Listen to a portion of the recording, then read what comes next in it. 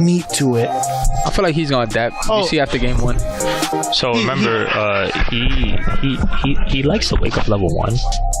Even though it's like you could just mediate, so just remember that. Or 0. Yeah, or do that. Yeah, so you could do any of those, but he did it a lot against Punk. Other than that, bro, he feels like he just plays really regular. I don't really see anything like extremely special about the way he plays. We good. As long as you play your game. He kept doing the raw drive rush. Yeah, we good. Oh, he did do a lot of raw drive rush. We trained for this. But that's easy. You got that. Let's go, Boost. Here we go. He dropped the phone. Going right into it again. DCQ versus Boost. Oof. The anchor spot. He's going drive gauge. Side switch. The throw. That's another. Hold on. Not looking too good. Bro, this is actually insane that we get this matchup. Right? This is like the ultimate test for Boost. Bro, this is, once again, this is a pay-per-view match right here. You should be lucky. Nice, opens up with the crouch short. Ooh, the he's so jabs. good with that. Just walking them down. We've never seen somebody do this in DCQ before. But here we go, fights back. The immediate adaptation of DCQ too. Perfect parry. Oh! Okay, doesn't get a combo off of him, but did get pressure. 20 points on the line right now. It's so scary. Yeah, you know DCQ is inching up little by little with the crouch medium kick, and still got the throw. Oh, the jab check right there. And not afraid to kind of keep Boost at bay, whether it's jabs, moving into this range where scissors kick is a threat. And of course, that stand medium. Ooh! Kick the hell out of him. Stand roundhouse, double dash jab, confirming the uppercut again. Oh! That was nasty. Oh! It's a throw. Yo, Boost. Looking like a hero out here. Nice counter hit confirmed here from DCQ. Not done yet. Bomb still active. Shimmy to react, keeps the frames. Oh, you thought you could press a button after plus frames? DCQ is going to make you an honest man. Oh. Wait a minute. OD uppercut. Drive rush overhead into level 3. Wow. DCQ, stop this. Yo, I think round start, he's gonna do drive rush scissor kick. So if he drive rushes, if I were you, I would just neutral jump. Wait, right? That's dead, buddy. Better get out of here. Horse to me. That horse freaks me out, man. Sometimes I'll just like leave my game as is, like on the windscreen. And like, and my room is dark, bro. So I just see this horse just staring at me in the middle of the night. You gotta stop doing it, man. Playing video games in the dark is bad for your eyes. You're not my dad. All right, going into it now. We got the Psycho Mind applied. Uppercut from the flames of hell. That's Perfect parry. That's no longer Boost, it's Lucifer. Oh, yo, Lucifer? Or throw. Oh! Nice. Even DCQ was like, what was that, man? I didn't, big damage. That's not mine. Did you drop this? I didn't do that. Okay. Boost. Yo, knee jump heavy and the throw to close it out. Okay. Big rebuttal. I've noticed this. His rebuttal game is very strong. Stand medium kick, confirmed target combo. I know for sure that's your favorite combo. Yeah, you know. Oh, you know. You'd be loving using medium kick as a measuring tool. Yo, and still until the timer was done. Till the day I die. Right? Yo, my man was defusing a bomb. He almost got destroyed right there.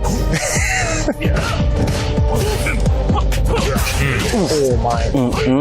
Tops you to the corner. No, the level 3 takes the time. Gonna get back some drive bar as well.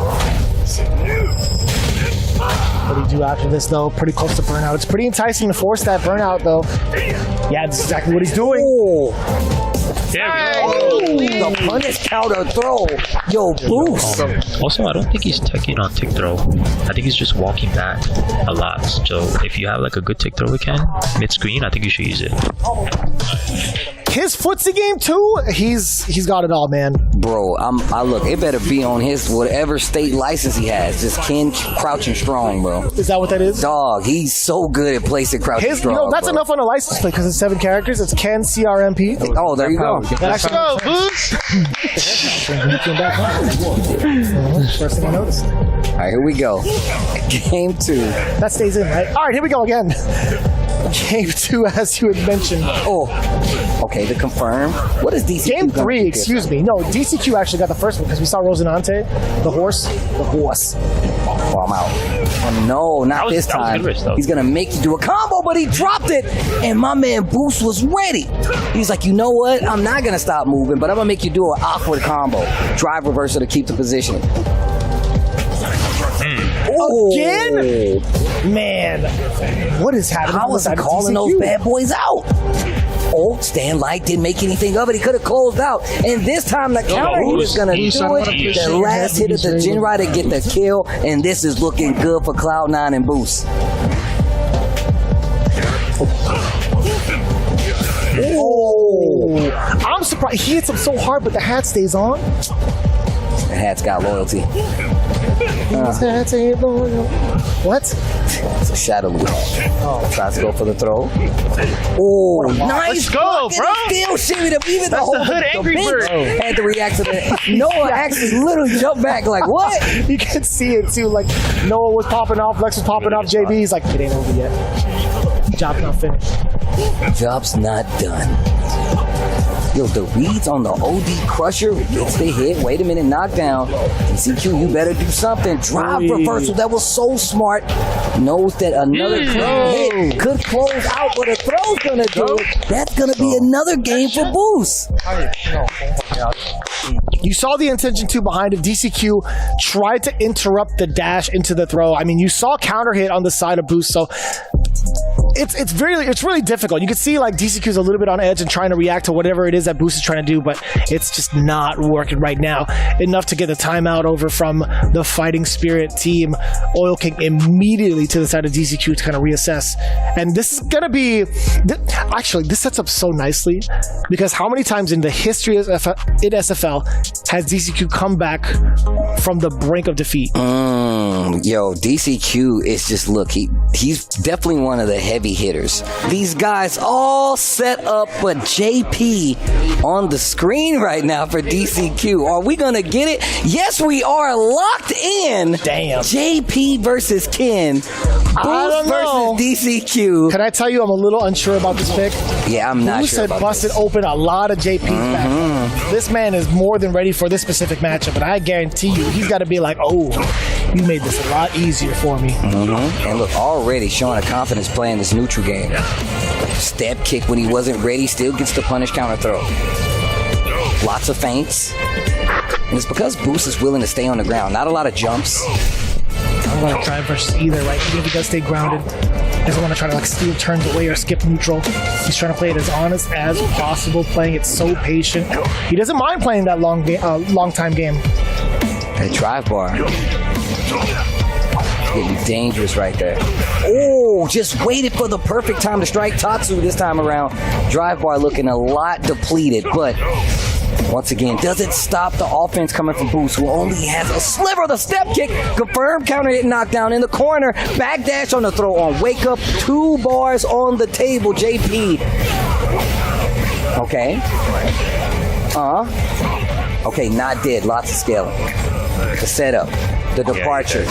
What's the mix? Goes for OD projectile. The burnout in the corner. Damage. God damn. This guy gets it. That's serious. That's serious. That's serious. Yeah, I can't believe the JP came out. I was waiting to see when. I did not expect it to come out during Boost time.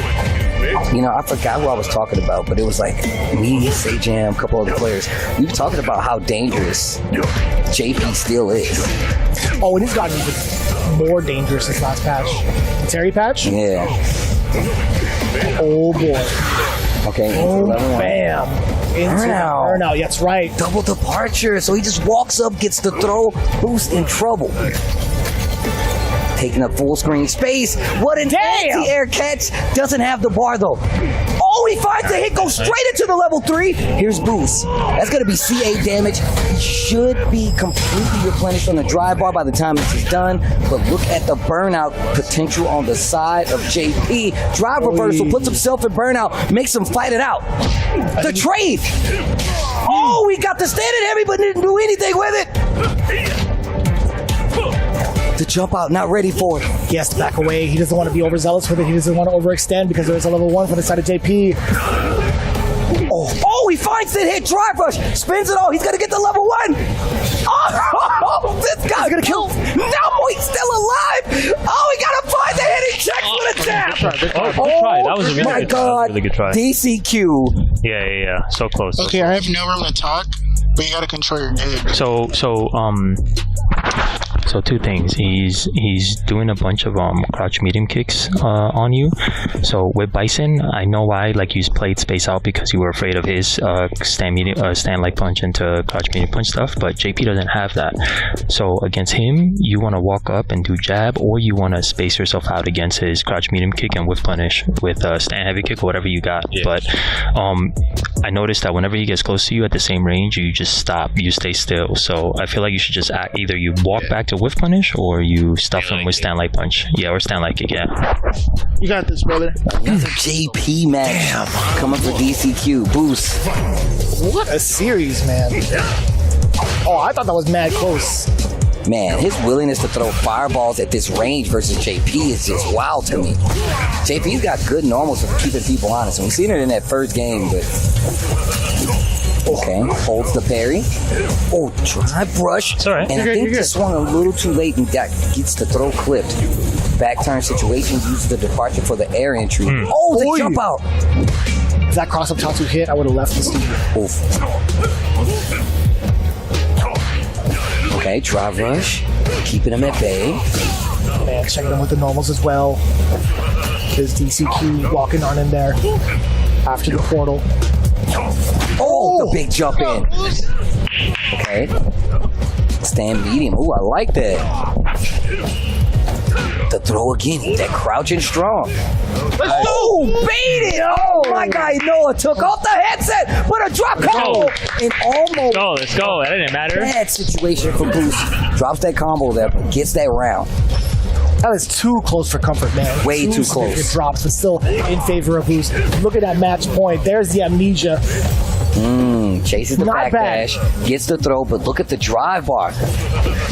Oh, gets the hit. Level 3, I like this. This is going to put him in burnout. He needs his round, so good usage of the level 3. Knows that he got one more on the board if he plays this right. Overhead, it is a setup. Wait. Okay, departure, what time's your flight leave?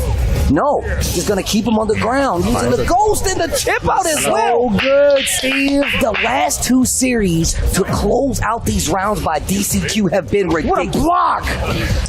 Yo, DCQ is going in right now. He was playing so passive, so defensively, trying to play that counteract game, but now he's putting Boost in a bad spot right now. The fireballs are crazy. Oh, gets the hit. 1 bar achieved. Forward throw complete. Boost in trouble. Eats another throw. He's got a large hill to climb. Hops out. Meets the button. There's 2 and the departure. Bad situation to be in. DCQ closes out on cloud 9, and that's got to be a hit to the ego of everybody on that team, as well to the scoreboard. Fighting Spirit gets another big one on the board, and Boost is over there instantly talking to DCQ like, yo, tell me why.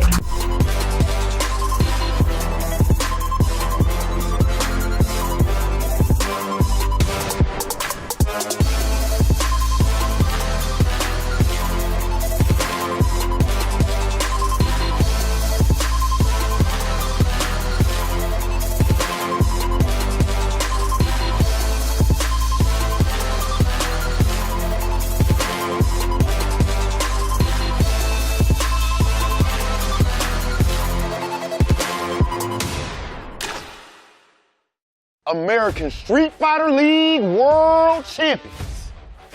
Got a nice ring to it, don't you? We are the champions of football, baseball, and now Street Fighter League World Champions. And the Street Fighter community, they like to play and call us the land of the free. Well, you know what? We all free. The only land free to call ourselves home of the Street Fighter League World Champions. Rob, I'm Dominican. Okay, all right. Welcome to Street Fighter League US. This is the home of the champions, baby. This is where the best players from around the world converge to do battle for your viewing entertainment. You have the hot-blooded newcomers looking to make a name for themselves. And of course, you got the OGs looking to add another notch to their belt in their illustrious careers. 6 teams have entered to battle, but only one is going to make it to that world stage. Ladies and gentlemen, it is time for Street Fighter League US. Welcome to week 7 of Street Fighter League. I'm your host, Big Hollywood, RobTV, and I'm joined here with my dogs. I am joined here with the great ones, my dog, Vicious and Tasty Steve. What's going on with y'all, boys? You know how it go. You know how it go. Another week of Street Fighter League. The matches have been crazy. I'm ready. Yes, sir. And you know what? I am ready to take a look at these standings. What is going on with everybody right now, Steve? And there have been major shakeups on the standings here for Street Fighter League. Let's start from the bottom. Ain't much change. Red Rooster sitting down there with 40 points. Shopify Rebellion, 100 points. And then we go up to 4th place. Cloud9, 130 points. Bandits, the champs, 140 points. FlyQuest sitting in 2nd place with 165 points. And the Fighting Spirit holding it down with 170 points as we go into week 7 of Street Fighter League. And I'm glad you switched it up with saying first place is holding it down, because you know what, things have been a little bit rocky later on with 2nd through 6th, but you know, things can change. But one thing that doesn't change is the format. In case you hadn't been here before, in case you had missed it, just in case for all of that, let me break it down for you right now. Each team has 4 players to their squad. The away team submits their player order ahead of time, while the home team gets the opportunity to counterpick the player order. Teams will play 3 consecutive matches with an extra match available as a tiebreaker. The first match being 2 out of 3, 10 points for that matchup. The second player match, also 2 out of 3, 10 points as well. The big dog match, as Hollywood would like to say. Third player match as the anchor, 20 points for the W. If there's ever a tiebreaker, well, guess what? We have that first to death extra player match worth 5 points. The team with the most points at the end of the team battles obviously wins. The top 4 teams with the highest number of points at the end of the season will make it to the Street Fighter League Pro-US Finals, which will be held offline this year in January. And I highly encourage you guys to be there, because the energy will be guaranteed to be electric throughout the entirety of it. The sales and the tickets are on now. Be sure to get it now before it sells out. With you bringing up those tickets for Street Fighter League US Finals, that makes me thinking about something, bitches. Make me think about that paper, that chili, and there is a whole lot of that on the line here at Street Fighter League. $75,000 on the line right here at Street Fighter League. You cannot make it up. 60K to first place and 15K to second. So there is a whole lot on the line. You do not want to miss it. And of course, there is a very special event going on as well over there in London. Let the people know. King of the World is also happening. That's what you need to be attendance for. It's going to be amazing. Also, you need to know it's going to be some high-level Street Fighter. Not like this, because this is Street Fighter League, but make sure you guys show up, show some love, and as well, make sure you attend some of these other events that we do have it coming up for the CPT.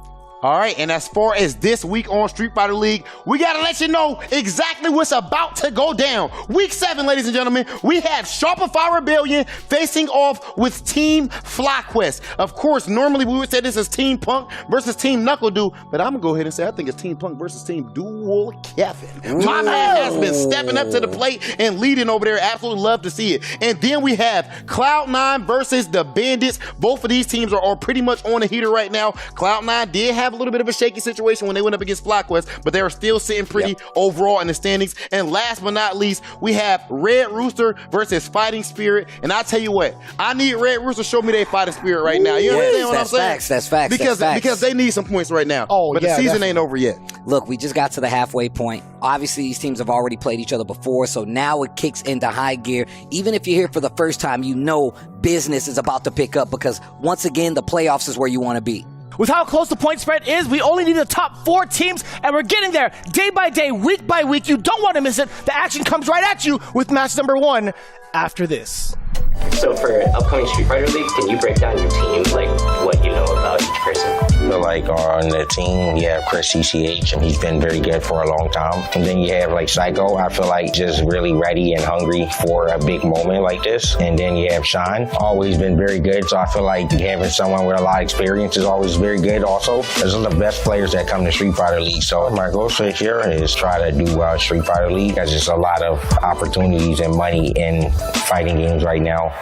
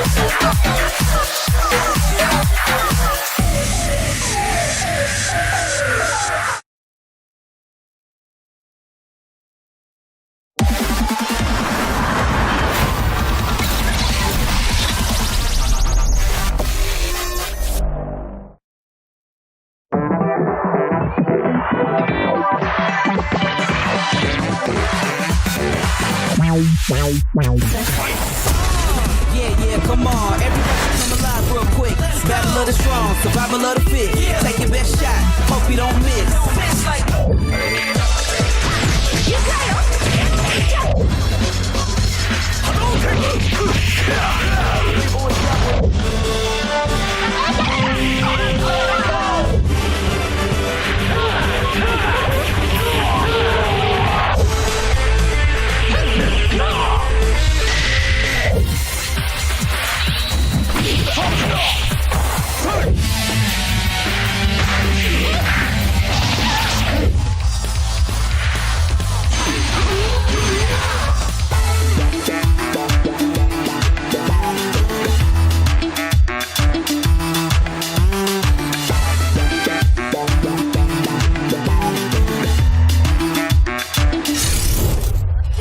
Combo. I ain't never scared, never quitting is the motto.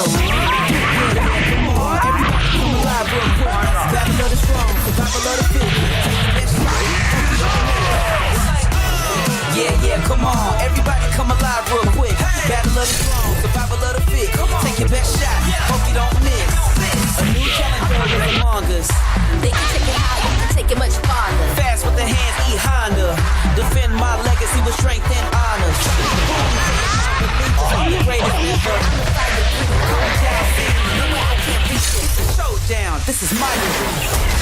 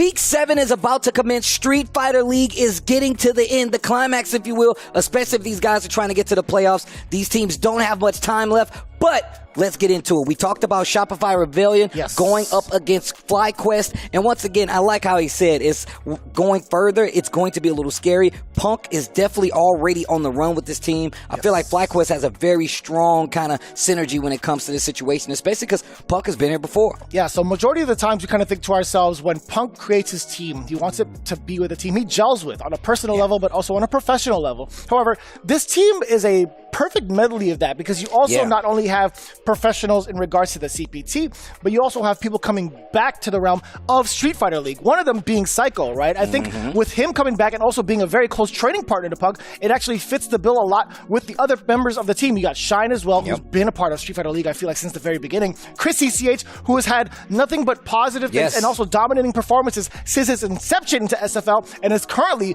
one of the big-time dogs on the West Coast with his ed for the CPT and the World Warrior events. So with that in mind, dude, FlyQuest, it's no wonder they're currently at the place they're at with 165 points. On the other hand, however, Shopify Rebellion, this is looking kind of tough to chew for them. With this many weeks so far in, they only have just a few more games. And I don't know how many of them are going to be on the home side, but I think about 3, and that's the only time they really, really need to step it up and start to get these counter picks in. However, right now, who are you sending up going up to the first match against Psycho's Kim? Oh, man. I'm glad you said this, but in all honesty, I'm thinking Shopify Rebellion needs to get points on the board. Yes. I'm going to send up Do. I'm going to be real. I'm going to send up Do.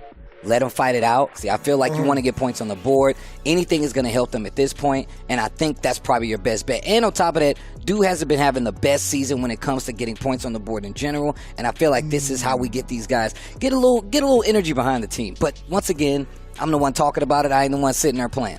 I kind of like that, too. Setting up next to against ChrisCCH's Ed. Personally, I would love to see Hot Dog against this matchup. I think personally, I'm right there with you. I'm right there with you, in all honesty. I think Hot Dog definitely has what it takes. And even more so, I feel like he's probably one of the players. Well, Bison is one of these characters that I feel like you really got to know that matchup.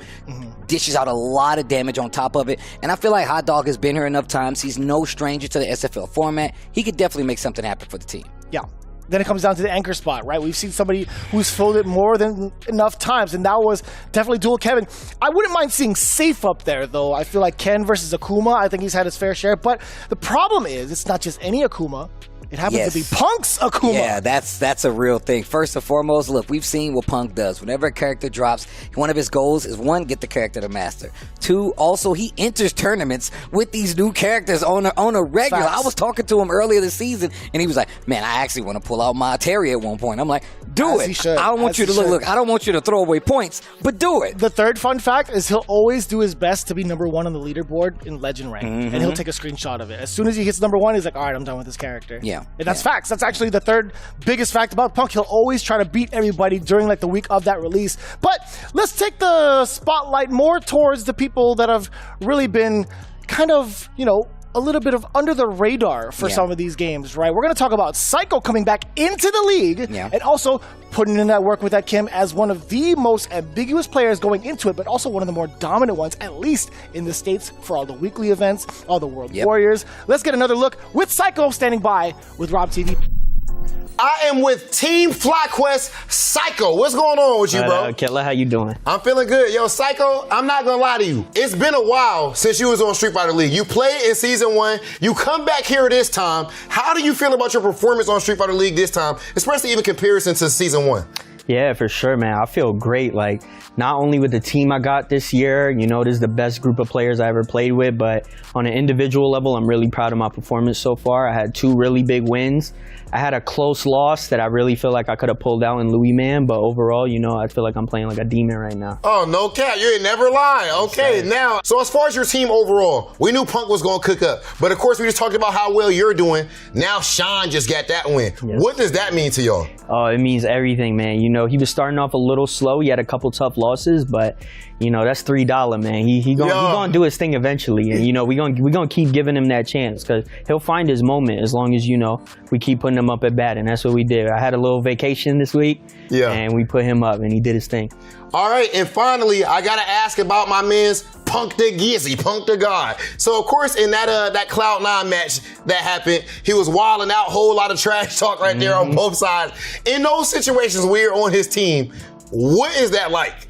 Oh yeah, I mean, there ain't nothing when he's in that mode. There's nothing you could say that's gonna get him out of it. So you just let the Hurricane do his thing. And, you know, sometimes it's gonna bring the championship, sometimes not. But second place right now, so we're ready to win this thing. Hey, ladies and gentlemen, Hurricane Punk, Hurricane FlyQuest. Most importantly, my man Psycho absolutely putting on the clinic right now on Street Fighter League. Best of luck to you, brother, with the rest of the season. Thank you, bro. And I love to hear that. I'm glad that you kind of preface with, Psycho's been here before. He knows how this works, but even more 100%. So, being one of the close players with Punk, he kind of alludes to that saying like, hey man, this is one of the best group of players that I've ever played with, and it says a lot. But you can see the camaraderie between the teammates, as well as just see like, once again, I love that Punk is so business oriented, man. I feel like this is the Punk that always needs to be around in the sense of like, let's get these points, let's get these wins, and even if I'm solo, let's get these championships. Let's be the winning team on top. And honestly, I couldn't expect anything more from Psycho. He has a very unique view because he's running the Kimberly. On top of that, we don't get many of those, and I feel like that's a strength in itself. But let's switch gears, shift over to the other side, go shopping quite a bit. We do have RobTV on the stage with an interview with Sayff. I am here with Shopify Rebellion and one of Canada's top dogs, Sayff. What's going on, Brody? How's it going? Sayff, first off, I want to ask you about last week. You had such a close match and it was a heartbreaker. Take me through it. Well, it was an unfortunate result. I had a couple of combo drops. I dropped the parry input on the last Sonic Boom. I think it ate my medium punch, medium kick. So I should have a parry macro for that, which I don't. So that was unfortunate. And then after I got the stun, which was a guaranteed win in the round, you know how a lot of people like to do their favorite combo in that situation? Yeah. So I wanted to do Standing Fierce Heavy Shoryuken, and I dropped the combo. I fat fingered it with DI, and I got a DI. And honestly, shoutouts to Caba for having the composure to do side switch flash kick after that, and then perfect parrying after the panic DI. Yeah. So I think some of those things were not in my control, but some of those things were in my control, and I did make a mistake that Caba outplayed me in. Yeah. So I give him a lot of credit for that. Okay, now looking at the standings, you guys are at 100 points. You were tied with Red Rooster with 40 points apiece, and you had a huge standoff with them. How important was the results you got there? And then in that last match, tell me about what my man's Dual Kevin did in the clutch. Well, the match against Red Rooster went really well for us. There's still a lot of room to have more matches like that, and all the other players are saying the same thing, is that it is dangerous, our team composition. Dual Kevin is playing amazing, and I've been encouraging him to play as much as possible, and I've been helping the team try to strategize as well. And I think when somebody has a hot hand like that, you have to play them as much as possible and let them rock and encourage them. Even if they have a couple of matchups they're not the most comfortable with, sometimes individual skill and passion and talent like that just comes out in clutch situations.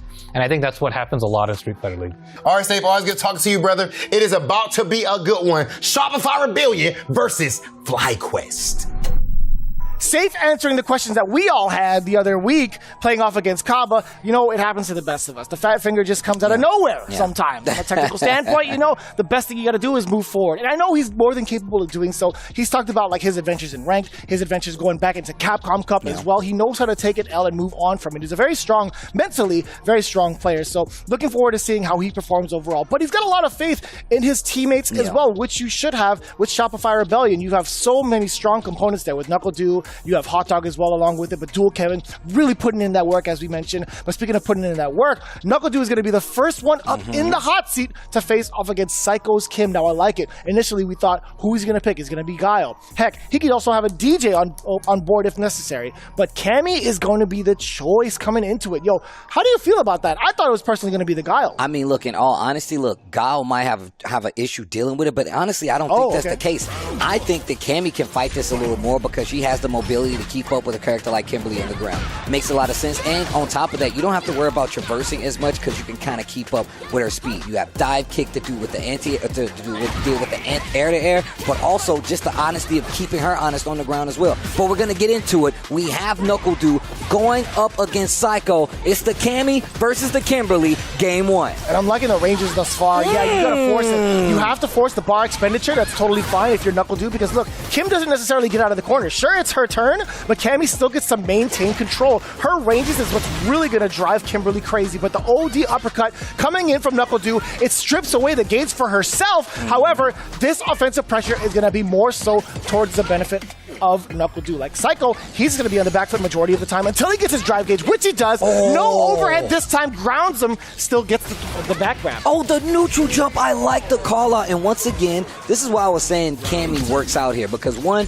you know Knuckle Dude is going to test that ground game, and he has no issue walking up, doing stand medium, crouch medium, and just using some of these great buttons that Cammy has that are so strong versus some of these other matchups in one like this. And this is the second time this has worked out. This time, no DI reaction, just raw call out on the super.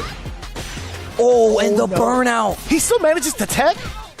Kind of wild forward throw now. Psycho going in with the meaty slide. Does get the link afterwards. I like that. Okay. Answers back with a small check on the jab from Cammy.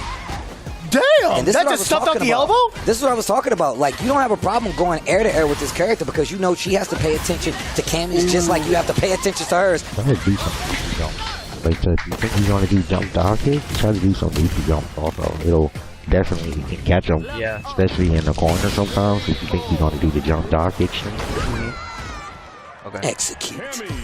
That's unnecessary. Oh no, man. You saw Street Fighter 2, man? I just watched it again. I saw it for the first time in a long time at EVO, and I was like, bro, Cammy was destroying people when she got out of there, bro. She was trying to aim and be on a mission at all times. That was actually kind of brutal and violent. She does more than just send you to the hospital. Yeah. I'll tell you what. I'll tell you what. Tell you what. Okay, throw, counter hit throw on top of that. Dude in full control. And like I said, man, this really points to the fact that I feel like, okay, perfect parry? I like that. Meaty enough to where you don't have to worry about the free throw afterwards. The awareness of Punk jumps out of there. Excuse me, not Punk. I get it. I see Cammy on the screen. I think the same thing.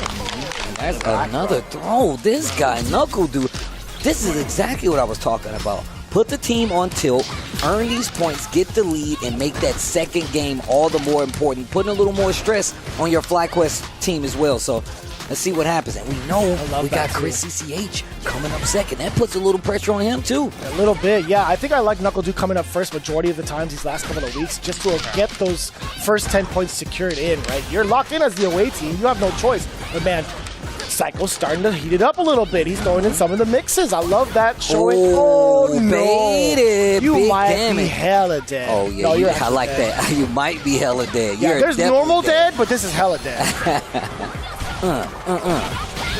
And that's going to be that. And this is what I like to see. Psycho keeping his wits about him. And look, this guy plays Punk. You know he knows how to fight this matchup. Yes.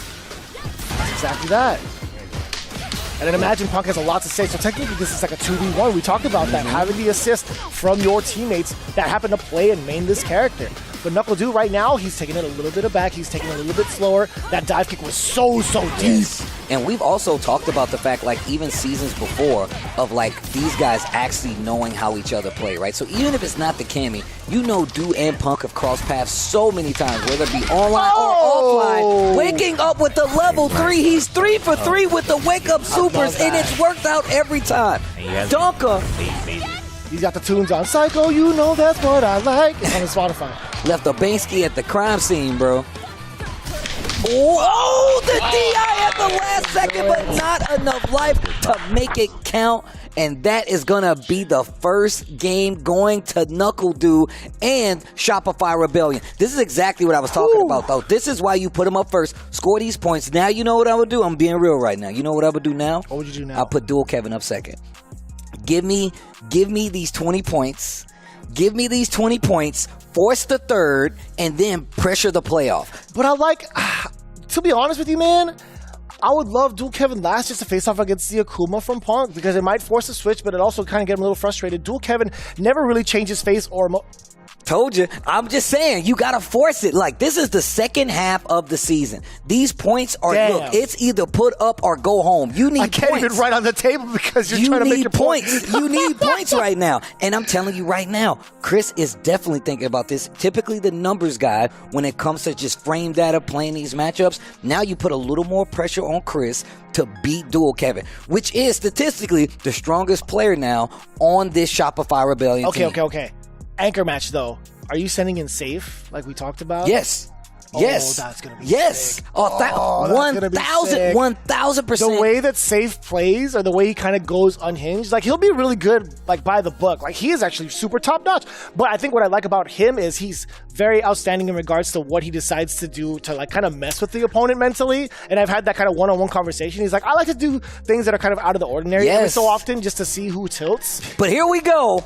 We're going to get into it. Second battle of this Shopify Rebellion FlyQuest showdown is going to be Dual Kevin versus ChrisCCH. And I'm telling you right now, it's points. They need these points more than anything. I really do respect the switch up going forward here. Let's see how it plays out. And I respect it too because the last encounter they had, we didn't get to talk about this. During week number 2, FlyQuest actually obliterated them 40-0. So already changing their fate is Shopify Rebellion. And with this change up in the squad in regards to Dual Kevin going second, I'm liking this trend a lot. Already though, coming in, ChrisCCH with Ed, trying to be a bully. He already harassed Kevin away from the corner, I should say, with his back towards it, I gotta say, too. Very, very important. Forward throw now. Set up the whirlwind? No, not setting up the whirlwind. Just a regular projectile. And I like this. You can already tell that the makeup of this game is already changing. Ed's not able to play his typical offense on the ground. Even though he does have these projectiles, even though he does have like the flicker, it's so much harder to keep track of a character like Rashid. And Rashid has projectiles to battle back. He has movement to battle back. The first blood in the second round. Oh, wow. Yeah, all you can do is take your turn, really. That's not going to be a punish because of how deep it was with that safe jump. ChrisCCH, he's going to back off just a little bit. He's looking for that counter poke space, and you thought you could get it. You know, that's a very common tactic to DI past the whirlwind. I'm surprised Dual Kevin wasn't ready for it. I like this. One of the main strategies that Dual Kevin employs is that drive rush, crouch short, perfect parry, still gets the throw. ChrisCCH locking in right now. Life lead just slightly in his favor. Bam. Ooh, caught the button, didn't believe in the hit. There's the jump in, first one. You can see Knuckle do happy with that, and he knows this is where Rashid gets started. Empty jump, empty to the low throw, to the throw, another throw. Oh, the pickup. Oh, Kevin goes straight for the level 3, and they're cooking right now. As he should. Don't let any bar go to waste. You already had the first round regardless. Dual Kevin, looking as stoic as ever. He's like, you know what? I'm just ready for the next one. I've been here. I don't know if you noticed this, RobTV, but I've been here. Yeah, he's playing very, very aggressive. I think I'm just trying to figure out what I want to do with the fireball. If I want to try to focus on DI reacting to it, or maybe just like it's a little bit tricky. I think I wouldn't really DI react. Yeah, I think it's okay if you just walk him down. Like they're just fireballs. Unless he's like charging them, then he sets something up. But if you walk him down, just play like a normal like fireball character, you'll be fine. Yeah, and he's whiffing that stand medium kick. You can punish that shit. Punish that shit. If you do want to look to DI the fireball, it's just make sure when his drop gauge is like 3 bars or less, that's when he's never going to do the EX one then. So you don't have to worry about the mix up between those. You could just look for the regular one and just DI those. Game 2 here. He's a full gamer / streamer, dude. You can tell by the outfit. Here we go. Sure.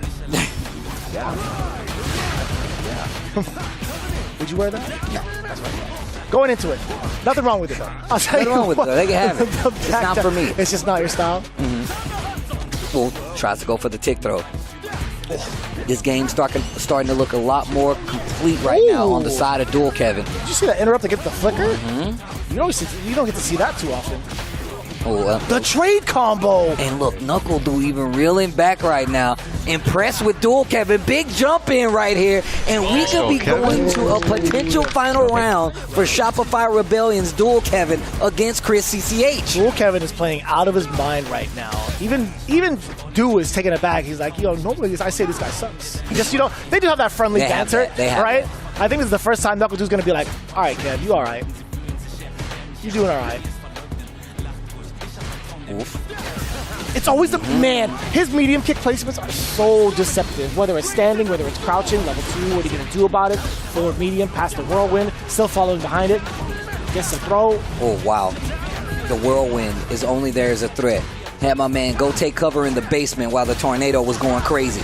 Gets the hit and the confirm. Shopify Rebellion reacted in the bleachers. Oh, baited. That should be the round. That's another 10 points for Shopify Rebellion. Once again, I told you, man, they need these points. I gotta say, ChrisCCH is a world-class player, one of the most dominant ones on the West Coast.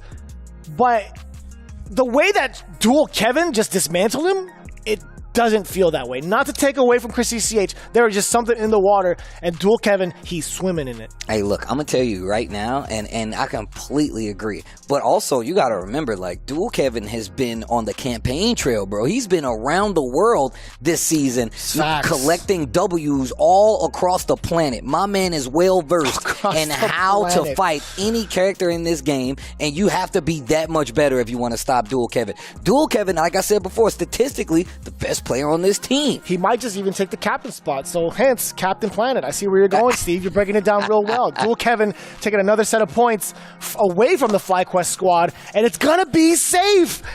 He's gonna put Corningstone on.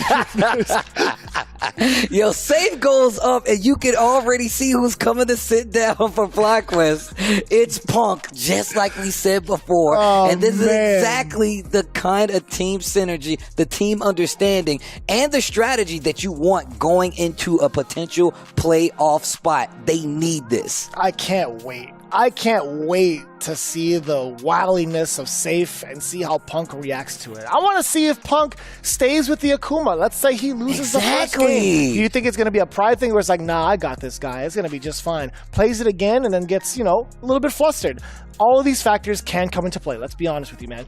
Punk, being the EVO champion, he's learned how to control the emotions now. He's mastered that Satsui no Hado inside himself, right? So that's true. That's true. Yeah. We saw a glimpse of it come out during the Noah the Prodigy feud a little bit. He put him in his place. He's like, okay, everything's settled down now. I know how to control it. Let's see if that ever comes up, though, with someone like Sayff. Punk definitely has recognized and respected Sayff for his gameplay prior, so we'll see how this plays out in regards to the emotional levels of it all. Yeah, of course, we had that interview with Sayff earlier where he was talking about how he fat-fingered and made a mistake in that match versus Caba last week, or the week before, excuse me, I'm not sure. But the fact of the matter is that Sayff has definitely played in these situations before, and even recognizing that it was a mistake on your part and being able to correct that going forward, be a little more careful, be a little more safe, if you will, is something you got to take in the heart. Going into it, this is real. We talked about this before, but let me hark on it again. So, when we talked about the team reveals with RobTV and myself, Knuckle had mentioned that he had picked Sayff specifically for Punk, and I totally forgot about this. Sayff actually has a winning record against him right now. Punk, during his interview for his team reveals, the ones that he's actually scared of, or not scared of, but is looking towards is Sayff. He's a little bit intimidated because of their current record. He's like, you know what? I might be in fear of this cat. We'll see how it goes. But intimidated, those are the words Jeremy used, not me. We're getting into this third game here for this team battle. I don't know if it was verbatim, but I had to put it that way. Oh, that was a quote, but let's go. Okay. All right, try reversal. Almost went back to Street Fighter. Oh, that was tricky.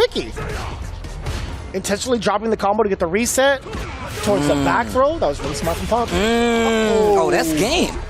That's the first round on the board. Sayff already making a big difference in the gameplay right now. That first round, But once again, this is best of 5, first to 3 for this scenario. So he's got some games to play. Sayff, keep it together. No more fat fingers, okay? Hey, any size fingers will do, man. As long as you execute correctly. All right, Steve? You know what? You're right. Keep it together. The exchange. Knocking on the door with a jab. To stop and interrupt. Okay, nothing of it, though. I like the patient play, though. I really like him taking his time, not overextending, even if it is a character you're not familiar with from Punk. Yeah, that forward fierce takes a lot of space. Yes. Ooh, perfect parry, counter hit. Tatsu enhanced to get out of the corner, baits the uppercut, reels back. He's got 3 levels. You're going to spend it? You damn right I'm going to spend it. Level 3 on Akuma. We all know my man has made a 2-ply. He can't take a hit. Hey, 2-ply in some places is It's more pretty than buff. enough. You know I gotta what? say, that's Single fine. ply. Let's go Thank single you. ply. Thank you. Yeah. Put some respect on the 2-ply's name. Oh! And the entire bench reacts for Shopify Rebellion. That's game number 1, Sayff. 10 toes down on God when he said low medium kick. He's like, I don't give a damn. I'm throwing this out there. This is one of my staples. This is how they know me. Gets the forward throw. Drive rush forward, delay right there on that stand medium to try to get a reaction out of Punk. He doesn't take the bait, but now the momentum is in his favor with the Akuma, which he's stuck with. That's one of the big questions that we had asked. Low forward gets the big opener. Punk keeping him in the corner. Sayff paying a lot of damage, paying a lot of reparations for that whiff throw. But I will say, I do like Punk's character because the damage output from Akuma is crazy high. Now, we talk about how, his health is super low, right? The life bar, not in Akuma's favor. But if he hits you, it's gonna hurt. It's a Mack truck. Oof. Not 2-ply. Not 2-ply for sure. Okay. Oh, I like that. The new stuff. Crouching strong to enhance uppercut. I love it. Yo, the juggle! No way! I need love somebody it. Yo. So look, I need the digital scissors on that. Tag me in that. I need to watch it in my own time. What a DI! Wait a minute, but he drops the combo. You're gonna give Sayff another opportunity. If he hits you, you're dead. Hella dead. If he hits you, you're dead. Hella dead. We're gonna have to notify little Akuma Jr. Your dad didn't make it. Daddy, no. Daddy was weak. That's exactly what he's gonna say. Sell all the fruits. Oh, he's gonna save the meters. Oh, you could chip him out. If you save the meter, but you don't manage the kill, Punk's gonna. You can do enhanced run and chip out. Oh, Demon doesn't go through. Nice. No, he did the level 2. No, that was level 3. It's all gone. He went for Sip of Calamity. Oh, wow. Oh, the DI. Into the level 3. This is big damage. Look at his life bar. Just goes to shambles in pieces at the top of the screen. It's crazy, man. Oh, he did it again. Knuckle Dude reeling back in the seat. Hot Dog is jamming to the beat. He's nodding his head. He's working on a perfect. One more hit. Oh, and that's going to be it. That's 2 games to none for Shopify Rebellion. There's got to be a character switch. And before I even see it, my man's going to the cami. The kitty's on the screen, too. You know what's about to happen. Perfect. I didn't think that was going to come out the way that it did. Sayff, as soon as he got that level 3 away from Punk, you could tell that was okay. I have this in the bag. I got to play as confident as ever. I got to make sure to enforce my offense before Punk gets to resettle into his mental. That was actually genius from Sayff, the way that he conducted himself. Really, really well done, man. And you can see right now, even that FlyQuest bench is talking to Punk. You tech 2 throws last game, so he's know that, so he might try to little smile on his face going into this potential last game. If Shopify Rebellion can get this game, that's a 40 ball. That is such a big leap that they're going to need. And I've been saying this ever since the beginning of the season. I know for a fact that these guys were so close that they were a week away, a 40-point week away in a lot of instances. And you know Shopify can smell those 40 points. Big pickup. Tatsu to the corner. Oh.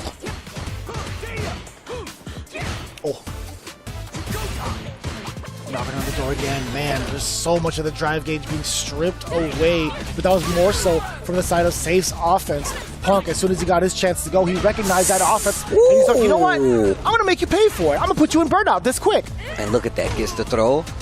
That drive bar is healing a lot slower. Gets the throw.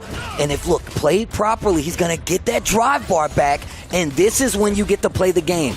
But Cammy, like I said before, she's got great buttons to deal with the neutral. There's the pickup. Punk looking like he's back in for raw form right now. It's raw. It's raw. Send these wins back, bro, because I'm going to take back these 3 games if I can. Big pickup to interrupt the drive rush.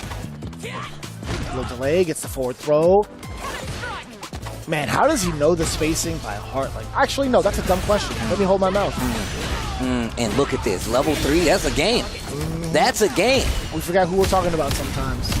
We forget, this is Punk the God, Evo Champion. You see him doing a walk-up stand jab counter, and he's always going to go for crouching medium punch. Sometimes it's going to be out of range, so just be ready for the miss spacing. Like if he hits you with a counter and stand jab and you feel like the crouch strong will whiff because he hit a limb, then be ready to punish with like crouch medium punch. And there's one interesting thing: the weak region, he's not punishing. Every time he tries to jump and dive to punish your low. So if you want to do jab the weak region, you don't do the follow up and you prepare for anti-air. And look, some players, they work better without having their team interfere. They like being up there alone. But also, when points are on the line, when situations like this arise and you feel like you might be on tilt or you might forget something, it's not bad to have some of the best players in the world talking in your ear. Yeah, I believe that. I believe that 100%. I think that's the beauty of team formats, right? I think, the dynamic of it all, seeing people counterpick other players and see how the adversities happen between those sets, and then also having the coaching on standby is really like a beautiful medley of skills. This is one of my favorite parts about Street Fighter League. Oh, attack on the drive bar. Hold on. Ken, you're looking a little winded. I believe it. Ken, you're looking a little winded. Dive kick to throw off the timing. Beautiful. DI on the wall. This is another game that looks like it's in perfect. Making it whiff that low forward like shit. It's another round on the board here. Game 4. Switching up. Back to a slower paced game. This is what we saw earlier from Sayff. Different character, but same results. I was going to say a couple of trades up until that point. Punk walked into the right ranges to contest against the low-medium kick and using that sword normal, that crouching medium punch, just within range to get the counter hit. Now, back-to-back throws. Are you going to go for a third? The jump in. Let's go, baby. Actually tried to back dash and actually got clipped by the crouching normal. I got to say, man, Punk has made the right reads again against Sayff. Bang! Back-to-back games. 2 straight in rebuttal against Sayff. What do you do here? What do you do here? Has he cracked the safe? Is he trying to take all the goods? He's trying to rob you blind? Before the cops get there? Woo! It's actually funny because we talked about, I was in Canada earlier this year, and that's what we were talking about. We were talking about Canada's third strike scene, which is super strong, by the way. Got Chirithi leading the pack, man. Mm-hmm. Top 6 at EVO. Guy's a monster. Here we go. Last game. Last game right here between these two. There can only be one. Shopify has already come out looking very strong. They got 20 points added to the board, which they so dearly needed. They've had the strategy change with the players. Man, what a call out against the Jin Rai, stripping the drive gauge, back-to-back DIs.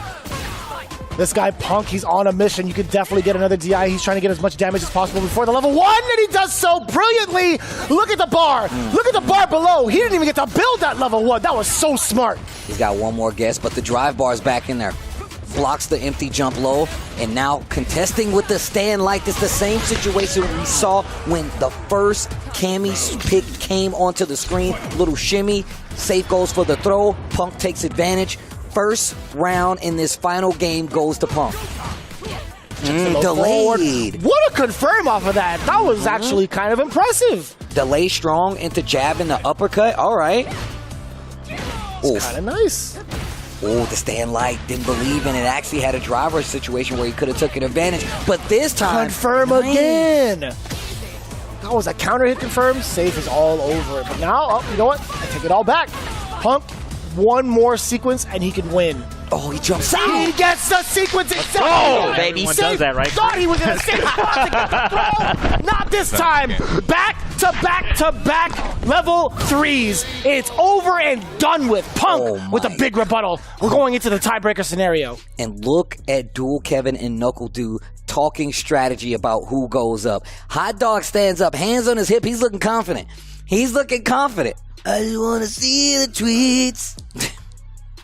I don't know what it is about singing like that. Like, I could make a whole career of doing, like, the gravelly. You could have been the next Shabuzi, dude. Here comes the 3, dude, 4, dude, 5. Everybody doing slide. I am. I am. You take me higher. Hold me now. That's my jam, bro. I love that song. To a place where blind may see. That's a powerful place. But here we go. We going to the extra credit. It's going to be Cammy versus Cammy. Knuckle-Doo versus Punk. Shopify Rebellion versus FlyQuest. Let's go. Damn, the Cammy on Cammy and violence? Oh, the sweeps coming into play. I like that from Knuckle-Doo.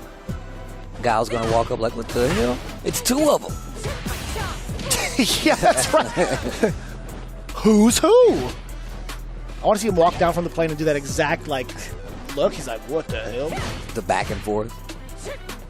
I mean, he would just assume it's just another, like, Cammy doll, you know? From a distance. That's why you got to get up close. Nice pickup. Is that Capri? Oh, with that movement, I would assume so. Yep.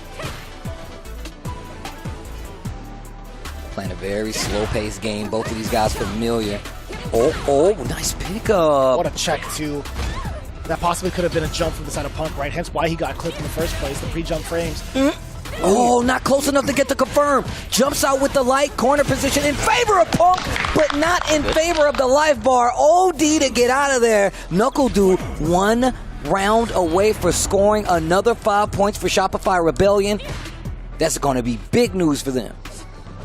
Oh. You're not only doing damage in regards to the mental with that OD uppercut, but if you happen to get this W, you'll be doing damage, taking away points from FlyQuest. However, with the way Punk's been playing right now, level 1, almost to the corner, it might be a hard task to deal with. Forward throw, do it again. No, perfect parry. And the charge spiral arrow for the side switch, smart play from you. Fast fall. Yeah, Guile's definitely looking up close. He's like, who is this? Who's sister? Oh, you're hella dead. Nope, I lied to you. Didn't build the level 3 in time. Dude's got a chance. Punk's in burnout. The neutral jump to scout it. You can see it in his play. 1 round left between these two, and the extra credit could only go to 1. That's 5 points. 20 on both sides of the board right now. Those 5 points are going to mean a lot going into the playoffs, though. Damn, only 1 gets out of summer school? Mm-hmm. Somebody's going to repeat. No. Oh, no. Oof. That's harsh. That ruling was so harsh. Mm-hmm. Oh, no. Man, that must have been an input error. Oh, 1,000%. Yeah. That was 100% going to be, or 1,000% going to be uppercut. And that's got to be Punk, right? It's going to be Punk all over it. A little bit of a mishap. Nice anti-air duel. Take those. Nice anti-air duel. Already getting double fist bumps. That's got to be it. Mm-hmm. If she lived, I would have been like, fire me right now. There it is, ladies and gentlemen. FlyQuest retaining the W. However, 25 points could have been a little bit more severe. Can't take it away from Shopify Rebellion, though. 20 points to their name as well. Did they break the 100-point barrier? We're about to find out. Yes, I think they did, though. I think so as well. I think so. Oh man, but this is exactly the kind of shakeups you need in your team roster lineup to actually get results and change things up for the better, especially if you're Shopify Rebellion. That puts them at 120 points, and I'm telling you right now, these are definitely the kind of changes you need if you want to go further and potentially make it to this playoff portion of Street Fighter League this season. But of course, we also got to show love to the people supporting us. Shout outs to Asus. Elevate your viewing experience with Asus ROG monitors featuring stunning visuals, ultra fast refresh rates, ergonomic design. They're perfect for gamers and professionals alike. Visit asus.com to find your ideal display today.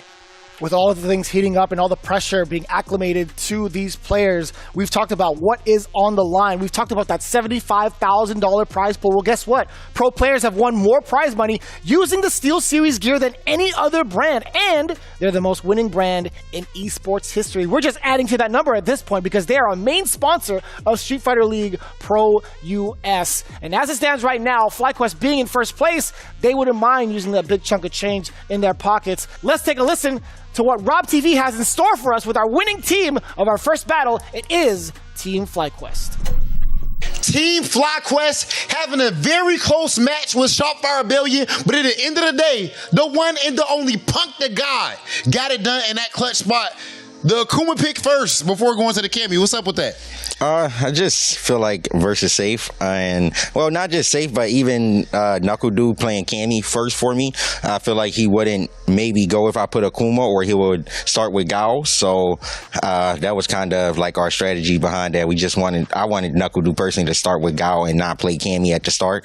So, but I thought they maybe sit Sayff out this time since he's not been playing so well. So sticking to the strategy side of things, one thing that we have seen Shopify doing, they're starting off with Do so they can just start off with points and then letting it run from there. Seeing as how this one went for you guys, do you think it's a possibility that eventually you yourself, Punk, ends up being the leadoff guy, try to start off with 10 points, getting some momentum growing? I mean, we did the last week against Red Rooster, right? I played first versus Uriel. So, you know, we've used the strategy already. All right, let me talk to my man's ChrisCCH real quick. Chris, got a question for you, dog. You guys did fumble 20 points to Shopify, which gives them an opportunity to possibly get back in the playoffs. Is this one of the teams that you guys are worried about? Would you rather another team that's currently there be replaced by them, or would you rather them stay out? To be honest, the only thing I'm worried about really it's just MenaRd, so I'm just kind of wanting to play anyone except probably Bandits just because of MenaRd. I feel very confident going up against anyone on Bandits except for MenaRd, and I think that's probably the case for most of us, so I feel like that's the most dangerous person. I feel like we're good going up against anything else personally. Oh my goodness, my man's ChrisCCH. I love to see that energy. And of course, my man should be feeling that way because they are currently sitting at first place, 190 points for Team FlyQuest as they get the big victory, close victory over Shopify Rebellion. Congratulations, guys. Thanks.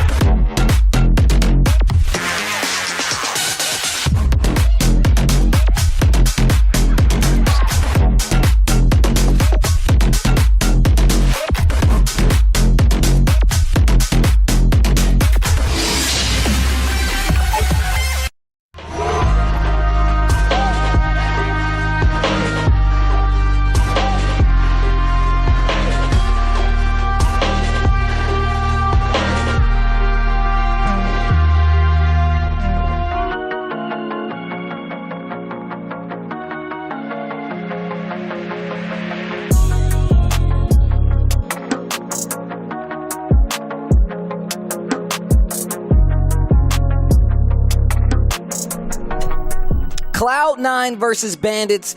Team battle number 2 here, Week 7 Street Fighter League. These are two teams that are super strong regardless, just on paper. However, I feel like both of these teams have been having a little back and forth on when it comes to the standings overall.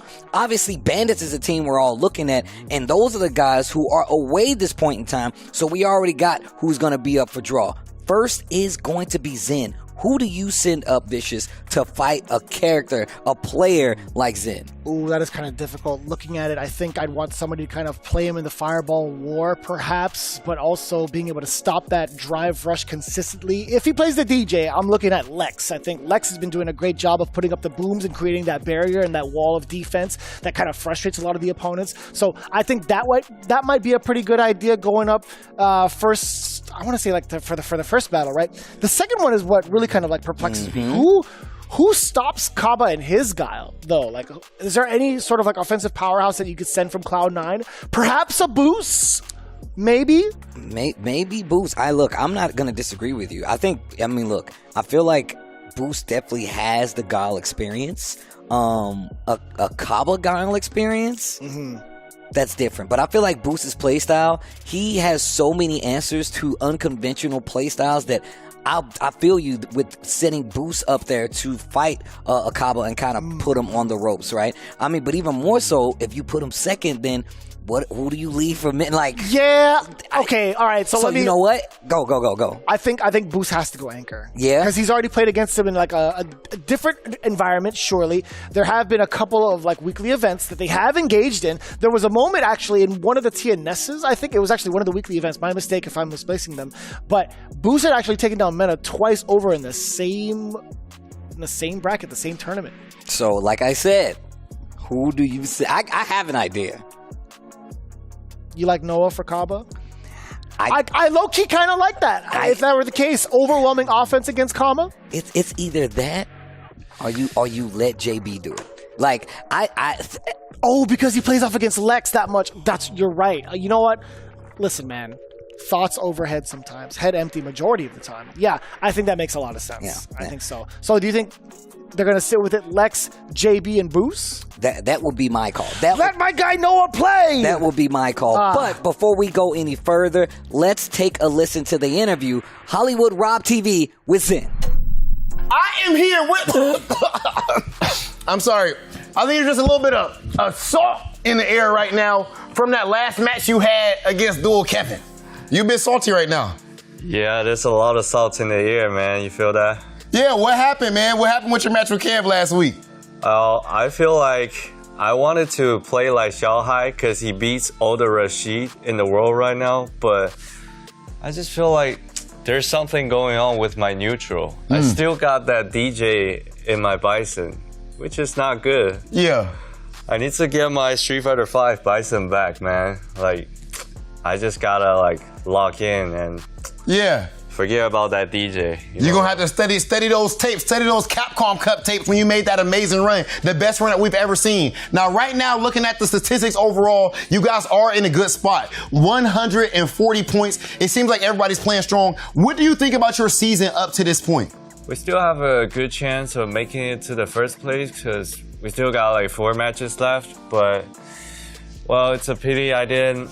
If I could have won that, we would have been first place right now. But I'll just try to get rid of the salt and focus on the match remaining. So hopefully we can make it, yeah. And last but not least, we talked a whole lot about you and MenaRd. You guys' rivalry that you had. Now you guys have joint forces. How did it feel seeing him beat Knuckle Dude's DJ because he trains with you? There's no good DJ in North America, you know? Whoa, my God, Jesus. Whoa. Did you really just shoot at my mans like that? You think so, huh? No, there's nothing wrong with that. Is that what you think? Yeah, that's what I think. Hey, that's mad disrespectful. My man's Jin absolutely doing phenomenal so far overall as a team and yourself personally. Always good talking to you, brother, and best of luck in your upcoming matches. Thanks, Rob. We always forget that Zhen is runner-up at Capcom Cup in the very last season of Street Fighter V. He knows a thing or 12 about who's good and who's not. He's actually piloted DJ in a way that I feel like is still putting him on the map. And I understand if he's going to say it with his chest. If he's going to say, like, there are no North American DJs, I have yet to see it as well. I'm like, okay, then by all means, I'll stand with you by that.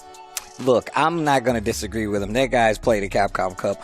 I love his attitude going forward, though. Zen's a very chill guy. But also, when he says things, he makes sure that he's like, no, I'm saying that. But also, we don't have many DJ loyalists out there in general. Not only NA, but just in general. The days of DJ have kind of passed. But him saying, like, hey, if I'm playing this character, I'm the best out there. I would never knock it, and I will give that to him. But No, I agree with that. One of the characters that have retained their stock, though, on the other hand, we've talked about this for the matchup specifically, Lex coming up with the Guile. Before we even get to the matchup, this character, again, has been the bane of a lot of players' existence. Man, he's got a lot of complaints because he's so damn strong and he retains that strength throughout every single season. I kind of want to know how Lex feels about it in regards to this season. Standing by with RobTV, we have that interview with Lex, part of Cloud9.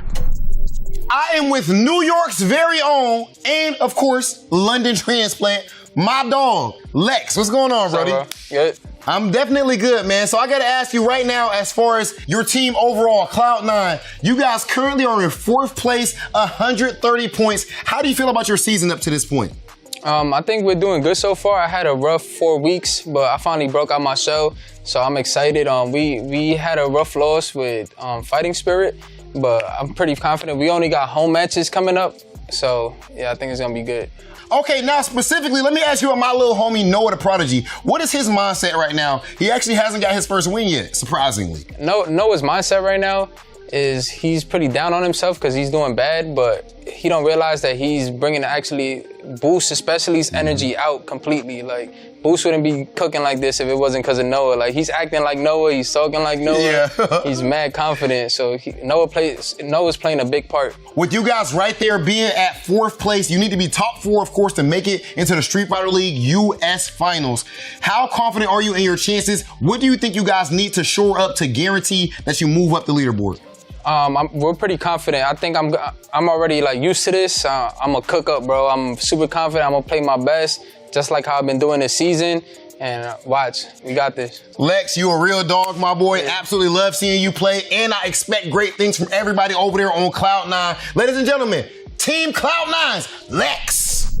All right, that's what I like to hear, man. Lex says, he's getting used to the Street Fighter League format, which it does take some getting used to coming from solo, but also just the fact that, like, these guys are very much powering each other up. And we've heard this before, and that's a good sentiment to have. Lex definitely has been putting in a lot of work just when it comes to offline in general, but I do love the fact that he's wrapping his mindset and his play style around having a team backing him. Lex, new here, but he has the mindset of a seasoned player, so this is nothing new. However, can you get the W when it matters most, which is right now. We're trying to head into the playoffs. As we head into the next team battle, is going to be Zen going up against Lex. It's going to be Cloud9 versus Bandits. Let's get into it.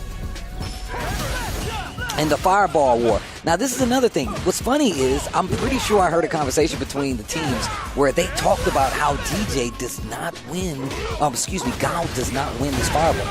So it's very strange to me that Lex is going up, but it might just be the experience. Perhaps. I mean, where he lacks in, like, the Fireball War, I mean, he's still able to kind of make up for it with his normals, just like that. Bang! Upside down kick into the level 1. Completely stuffing it out. Another jump in. Wait a minute. He's got the right idea, Steve. He has the idea on lock. He knows when to jump in on Zen. And it's funny enough, Zen was actually doing this exact strategy against Sayff, playing against his DJ in the mirror match, knowing exactly when to jump against the projectiles.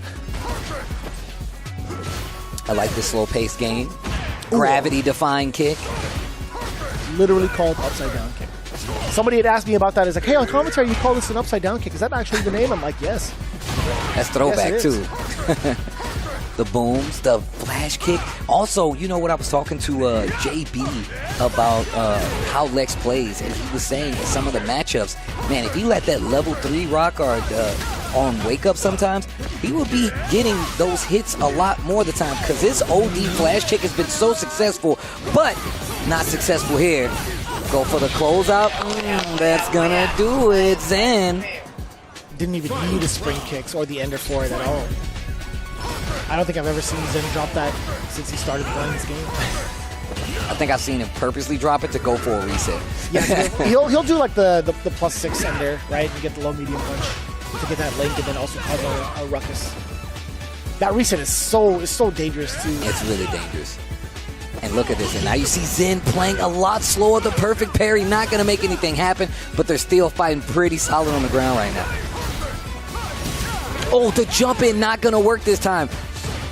The OD projectile gives him enough time to recover. The jump in the corner into the level 3. The boots, the boom. I need the charge just a little bit. I'm going to use your chest. God. Oh. Self into burnout does get the Sobot, manages to clip. Oh, drive reversal. And it puts him in burnout. Not ready for the jump in either. Knee bazooka had the combo. Mini shimmy. That's going to be Lex with first blood. A little bit of a scuffle. A bit of a shuffle. This guy, Guile, he barely moved forward. Instantly. My man didn't even blink. He was like, you know what? I'm tired of this. I'm tired of this. I'm going to go to your mortal enemy, bro. Hey, how's your friend Nash? Yo, how's your friend Nash? What? Charlie? Both of them? I don't give a damn. Right? Didn't I already kill him? I don't think he remembers. Oh, that's great. So you're forgiving him for that? No, definitely not. I was about to say. Sour Guile? Hell no. I'm going to show you a picture. You're going to get reminded. This is why we got beat. To me, it was Tuesday. Oh, boy. Dude, I think Bison says it in the story. He was just like, he's like, it must be an honor to get killed by me twice. I was like, yo, damn. Oh, does he? Oh, I think I remember that. Yeah, he's like, yo, it must be an honor to get killed by me twice. The Bison switch looking real good right now.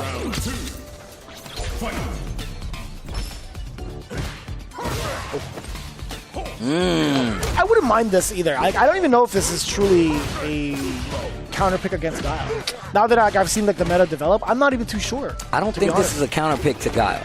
I actually just think it's just he feels... Son! What? Tell me that was sick. Air jump short and still getting the juggle? Come on, son. That was off the backboard. That was crazy. Scared the hell out of me. Sorry, that was sick. That was good. I was just going to say, just for the fighting on the ground, this is a lot easier for Guile than most. He's got booms you really have to pay attention to, and you make Bison guess between OD, Psycho Crusher, but the level 3 once again on the cash out, it's going to leave Bison with a full bar, but it's going to be another round for the life of Lex and this Cloud9 team.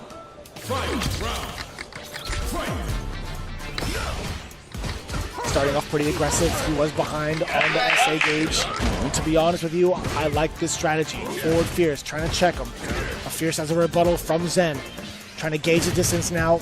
Scissor kick as well. Jumping to get the punish counter against the long-winded normal that Guile has. I like that. Punish the heck out of that flash kick. Look at the damage. Yeah, he's going to spin all of that. Yeah, he's going to spin it all. Yeah. What in the hell was that? Did you see how much damage that Psycho Crusher did? It ain't even done, but he is. That is literal what? Like that was like 60, touches? Bro. That was 60%. That's a light 60? Light 60, bro. My man Bison do that in his sleep. Even while he's dead, he's still doing it. Right? And this is what I was more interested in. The ground game control was just mixing up booms, looking for scissors at a certain range, and making him have to traverse the screen to engage Guile. Ooh, DI just a little too slow. Both of them in burnout, though. Thing is, Bison spent a lot of his meter that last round, but he's in the corner. The trade. Knee bazooka. Boom. Oh, he was ready for the jump into the Sonic Hurricane.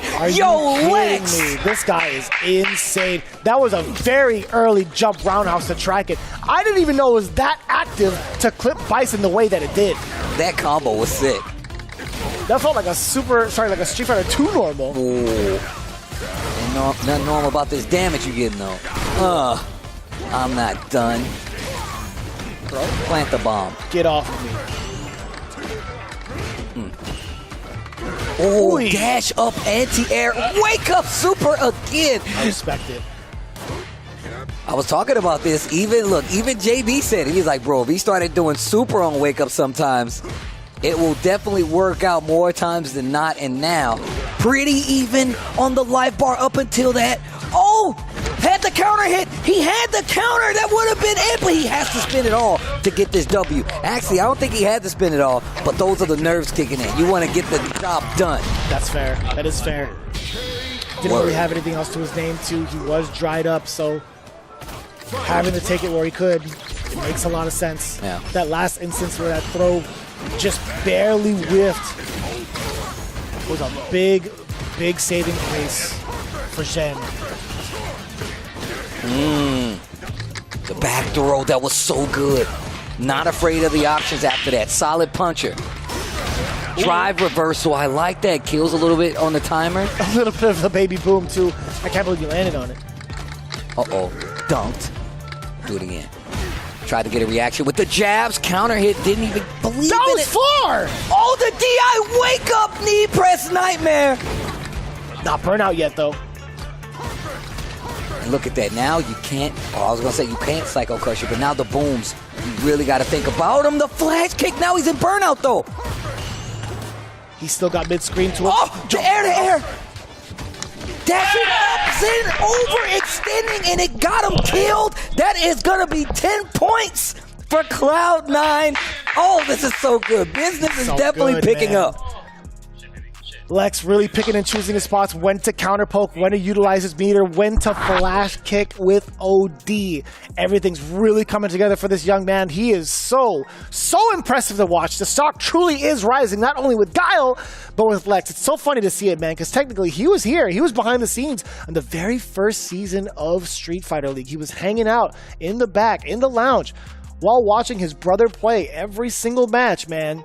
It's really crazy to see how he's come up from a man who didn't even play fighting games like that to where he is now. Truly inspirational, brother. Oh, man. Made him go for the character switch, too. That's really good. That's how you know things are picking up for these guys. And like we said before, you heard the interview.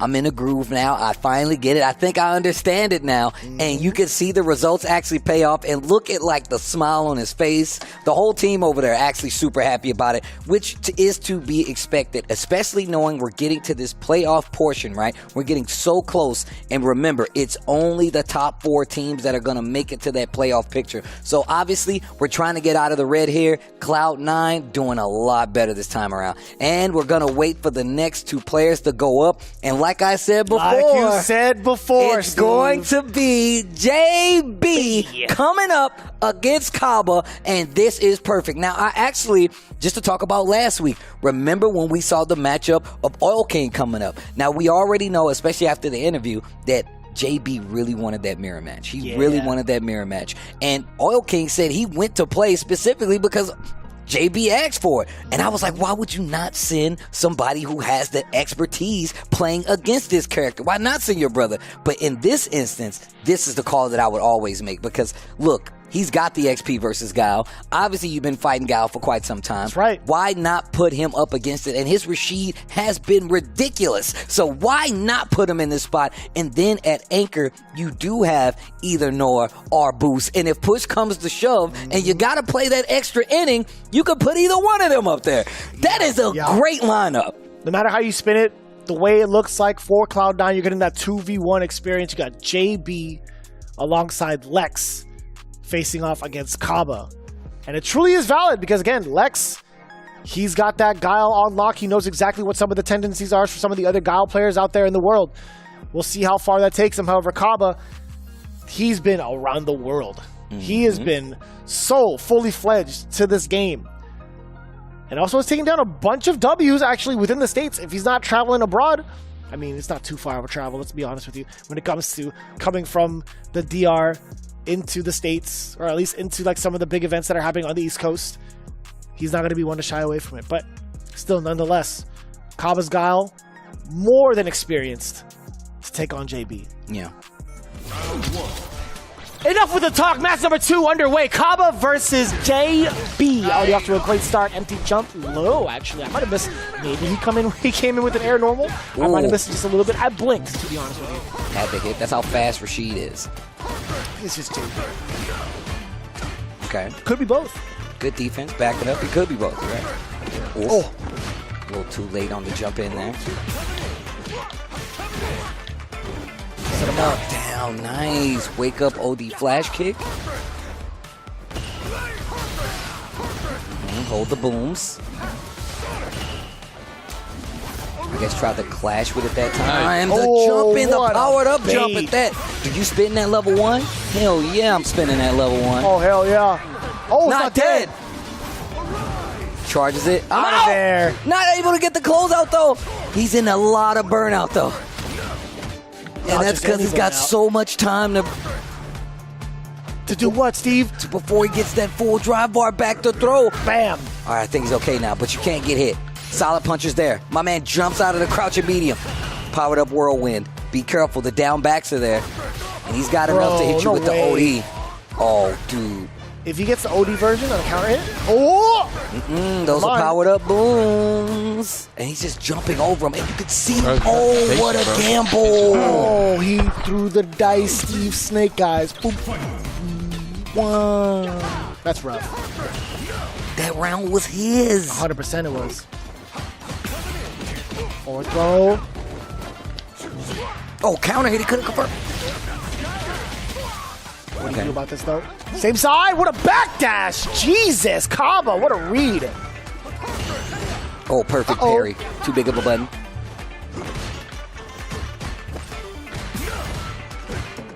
That's so difficult, too. Caba's leaving, like, no space to really throw out a normal. Held the parry that long and still got the throw. Read on the overhead. Crouch medium kick. Oh. Anti-air. You can't scare Caba. Close to burnout is JB. One more sequence could be it. What? Perfect parry instead. Clear some space out of the corner. I like that. Oh, but he missed the throw again. Too early. Oh, was he dead? He just got to that critical area, so.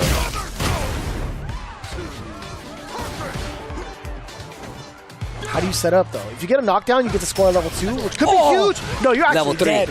You gotta do level 3. Let's go. Play with that. Hold on. Yeah, as well. Viewing pleasure. Yo, he be straight stuff. I still love the look of that level 3. It looks so dope. Critical art, too. It's maximum machine, dude. Off the walls and everything. Okay. Tries to catch the recovery. Gets the counter hit confirmed this time. Looking a lot better for JB. Caba, though. You're seeing what happens. If you give my man any breath of fresh air, he lives again. Oof. Counter hit. Wasn't able to confirm it. You got to be careful. We know he will pull the trigger on that OD flash kick. Trade. No combo. That's huge. Sonic Hurricane confirmed. Give me all of that. Room to create the space as well. No, he's going to be hanging back. Trying to get a reaction with those fake hurricanes. And I like that. Caba's not even trying to throw out a fireball while the enhanced whirlwind is out because of the last time JB was able to get the jump. SRK with enough damage? Damn! Super Rashid kick. Clutch. Okay. Game number 1, a little turbulent. Rashid still takes it though. Rashid.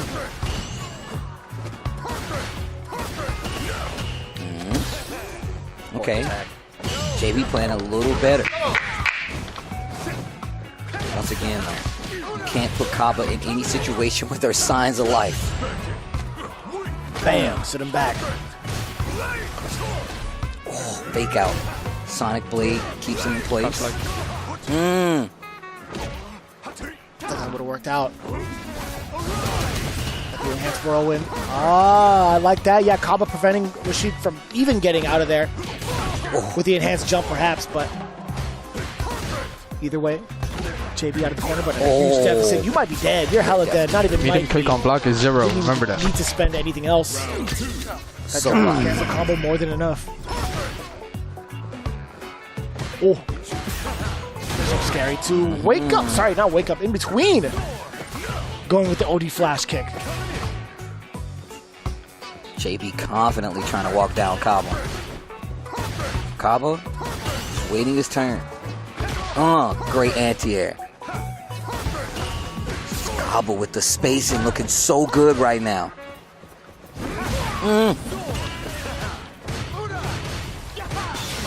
Okay, into level 2. How do you contest this? Drive reversal. Looking a little dry, but still has so much life to his name. That is so good, too, to get that throw. And thing is, he has level 3. This is a good situation to be in. Look at the defense. Gets the legs, though. Not going to kill, but he has a DI scenario where he could potentially. He just goes for the throw. Another throw. He knows that he's looking for the DI, so he's taking advantage of it. Finds the legs. He's got 2 bars. Empty. Oh! No, you thought it was. It was the safe jump at the very last second. That roundhouse just making a bop noise right on top of Guile's head. The cabeza. That was a lot to really deal with. Caba, I do not blame you for getting smoked like that. Oh, wow. Into the level 2. This is the Rashid program now. Don't adjust your televisions. Oh, dashes in front of it. It's a national emergency. Right? There's a Rashid headed towards your home. Oh, good. Kids, get in the basement. Oh. Okay, those whirlwinds once again, and now Caba finally starting to move. Stuck in this corner. Not a lot of meter on the side of JB, but he goes for the closeout, though. And look at that drive bar on the side of Guile. Oh. That's so dangerous, man.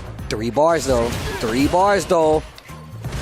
Pretty equal in drive gauge. Oh my God, I thought he could have jumped in. He still anti-aired. He get the stun on the wall. You got to do the coolest combo ever if you want. Oh, he's got it. 100%. Drive gauge after that. He's way past the yellow. By the time he drops the combo. He just dropped it. Great Desert Storm for Chip. Let's go. Oh, that's so cheap.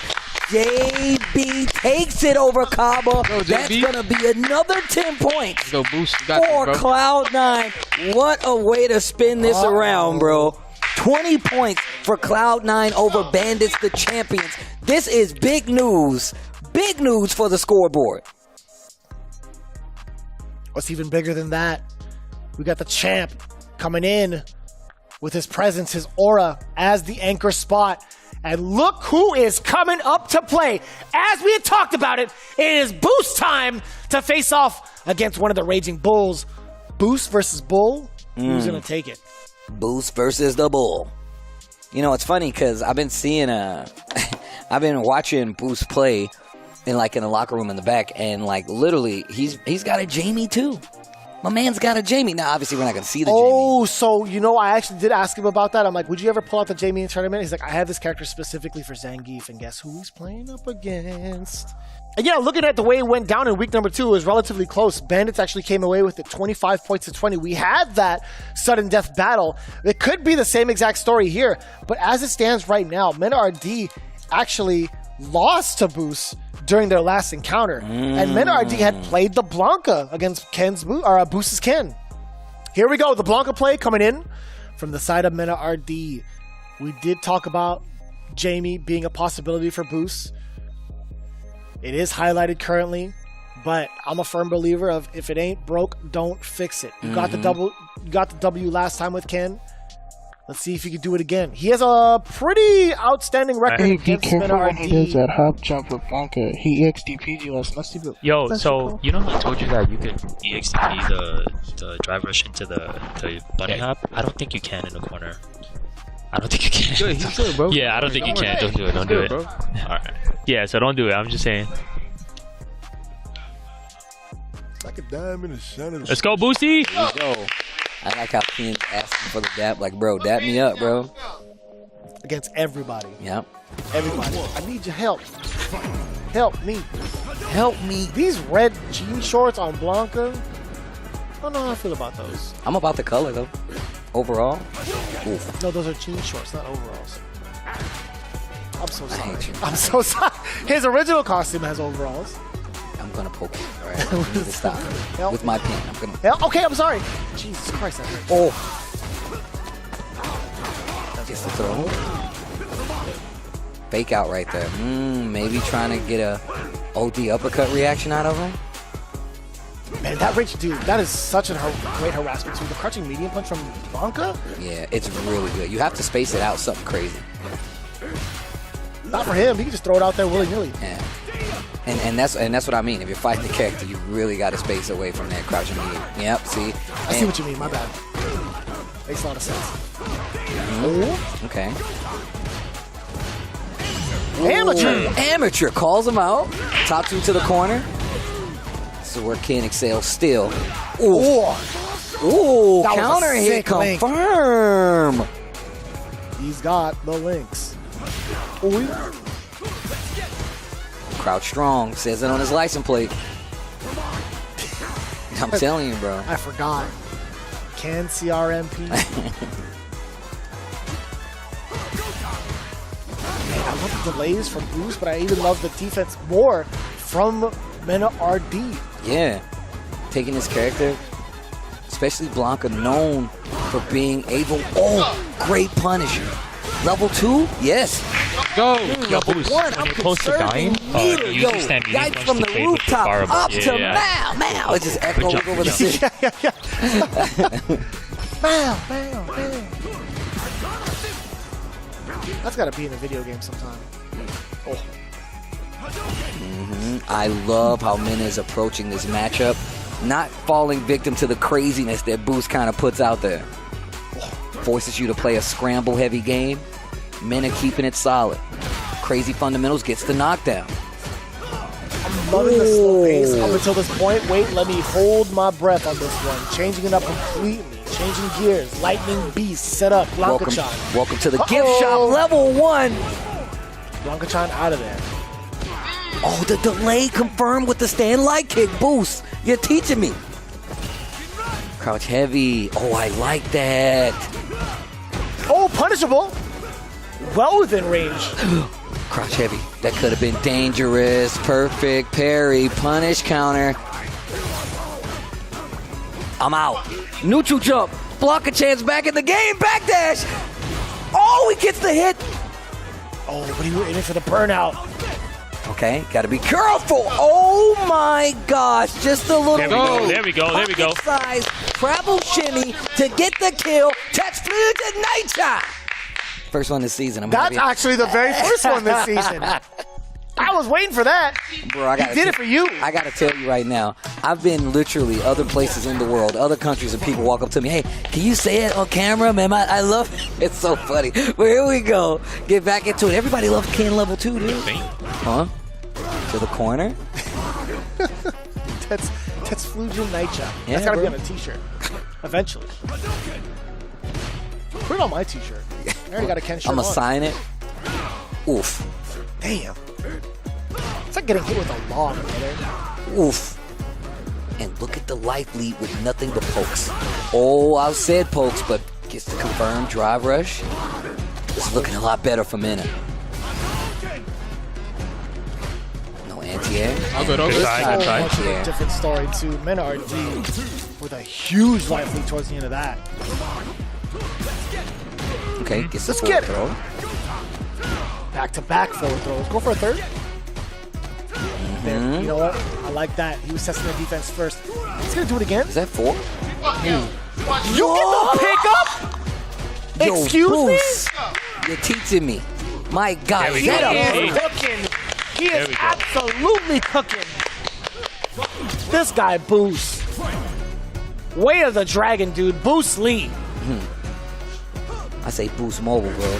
You get service anyway. By service, I mean combos. Activate. Yo, we going to the gift shop? Take this Blanca chance. Oh, knows that he's been really active in that situation, Jesus. so actually calls it out. That was really good. Tries to go for the overhead. Good Great block. defense. Oh, with cancel Let's go. I into like the this. I like jab this. to get the drive rush anyway. That was so good. He's so good. This cat is amazing. Boost has to be a Street Fighter League staple. If you don't pick this cat up going forward, Right? you gotta be crazy. You gotta be out of your mind. And I feel like you really have to talk about the fact that, you know, by the end of the season, he's going to be at a whole nother level. Okay, Fireball works out, catches the back jump, punish counter throw. He's got plenty of meters, so if he gets a big hit here, if he gets a hit, he can kill. Oh, you're dead. That's another game. go. Level 1, yo. Let's go, Boost. against Mena is not working out for Mena. Do we get a character switch here, or do we stick to the guns? We're back in the garage. What character is it? Bro, he is insanely optimal. His routes, his enders to go into I super think he should arts change the stage. have been I think that's why he changed colors. Hey, as a Ken player, I'm paying attention. My man's Good. got some of the craziest combos. Actually, I saw a crazy set that people will never see, which was Chris T versus Boost. And even that set had me in awe. Oh, in the back? In the Yeah, back. we It were was a watching that. crazy Right. set. But here we go. And I say all that to say, you got to know he's played some of the best Kens out there. And my man is ridiculous with his own. Perfect parry here. Sticking with the Blanca, by the way, here for Mena. Okay. Man, that's Chris T's color, by the way. Did he beat him in the set at the end? Took his color? Oh, wow. I mean, that's usually what happens, right? Playing for colors, huh? Not pink slips, but colors. Man, that's There we go. That it actually really is. Ooh! What a call out, too. And look at that. Not a lot of damage, but look at the screen control he gets. Ken in the corner. Man, my man. Sounds like a podcast. Ken in the corner? Yo, Ken in the corner. Yo, and just look at him abusing that drive bar. Air to air. No shot. Yeah, that's right. Air Let's go. Onitatsu, Let's that's go, the Boost. stun on the Let's go, wall. let's go, let's Oh go. my Good shit. gosh, one more. And Cloud9 has a big victory to celebrate. Oh my That's your God, boy. that's my That's your favorite normal. button. Gets the throw. Call him out here. Look at Noah. Noah on the bench, just going off. All good, all good. Nah, don't make him angry. Lightning Beast coming out from the side of MenaRd, wiping the smile away from Noah the Prodigy. Yeah, he actually did. Immediately. Okay. Welcome to the gift shop. Buy some Blanca chance. Wow. I call that the Tokido, bro. He legit's like, yo. Oh my God! To the level 3, Noah popping off for him, and he drags the fist, starts the fire. That's big damage on the board. A guess away, and Cloud9 can have the biggest victories this season. It's going to be Cloud9 over Bandits in the second half of this SFL season, and it's because Boost closed out the bull with the Ken. What a victory. Ladies and gentlemen, 40-0. I repeat, 40-0 in the benefit on the side of Cloud9 against the Bandits, the former champs, the ones that brought Street Fighter League back to U.S. territory. That is unprecedented. You have got to be kidding me. That is crazy.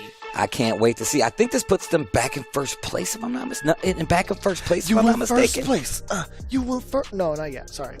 But no, this is a very big victory for Cloud9. A very big victory. And it all came by way of shaking up that player roster when you're going up against a team like this. Lex first to deal with Zen. Then you had JB to fight the matchup knowledge of Caba because of the Guile, because of Lex. And then, like I said, you can put Boost, and even if that pick didn't work out, you still had no other Prodigy sitting, waiting in the rafters. That is what I call a successful week in Street Fighter League. No doubt. The only player that had taken a W throughout any of these sets was Zhen once. Yep. He's the only one that got a W throughout the whole thing. That's crazy. That's actually kind of crazy. And just to go back to what Lex was saying in his interview, he was saying, look, man, I think I got the hang of it. I think we're in good standings. You saw it after the victory, but that's exactly the way it goes. But, of course, we got to show love to Asus. Unlock your gaming potential with the Asus ROG monitors. Perfect for both console and PC gamers. They offer stunning visuals, fast refresh rates, and ergonomic designs. Visit asus.com to level up your setup today. In tandem in partnership with SteelSeries, part of Street Fighter League US, SteelSeries Moments is the easiest way to record and share your gameplay with friends. Moments in-game auto-clipping lets you capture and share your clips anywhere at any time. And boy, did we have the clips for you today. Battle number 2. Absolutely unprecedented, unpredictable, but one thing is for certain, these guys are superstars, and they're standing by with RobTV with that winner's interview. Take a look. And just like that, a star is born. Enough said. At this point, Boost, I feel like you are in MVP contention. Actually, I'm sorry, you are easily the MVP so far this season. Tell me about that match you had just now with Mena. After my first set with Mena, it was really close. So I went back to the lab, look at some things versus Blanca. I checked his drive rush once with a medium kick. That's really important in that matchup. That was godlike. I seen it, the medium kick target combo. Do you even have like emotions? Do you have nerves at all when you're playing these matches? I just think back to what JB told me. Just play your best and it'll take care of itself and be okay with the result at the end of the day. All right, now let me talk to my mans. Actually, let me talk to JB. You brought my mans up. Of course, this the leader of Team Cloud9. Bro, you have assembled a team of titans. Even though, again, everybody else here, this is their first time on Street Fighter League and they're performing to this level. So one, how have you done this as far as from a leadership standpoint? And tell me about your match you had with Caba. Honestly, I just let them play. I try my best to help them train. You know, the mentality is really important because you can't be on fire every single day. That's why Street Fighter League is so tough, because one day you could be on fire, the next day you could be trash, you know. So just making sure I have their mentality in check, give them confidence, and Noah's been helping us a ton with that. So I know a lot of people, you know, just might not like the way he's screaming and stuff like that, but honestly, it's been helping us, you know. It's been giving us energy, you know, so we really appreciate that. And yeah, I mean, my team is amazing, so 40-0 over Bandits, the defending champs. Are we looking at the new Street Fighter League US champs? It's too early to say, but I can tell you what, they are a force to be reckoned with. Ladies and gentlemen, Cloud9. Congratulations, guys. Thank you.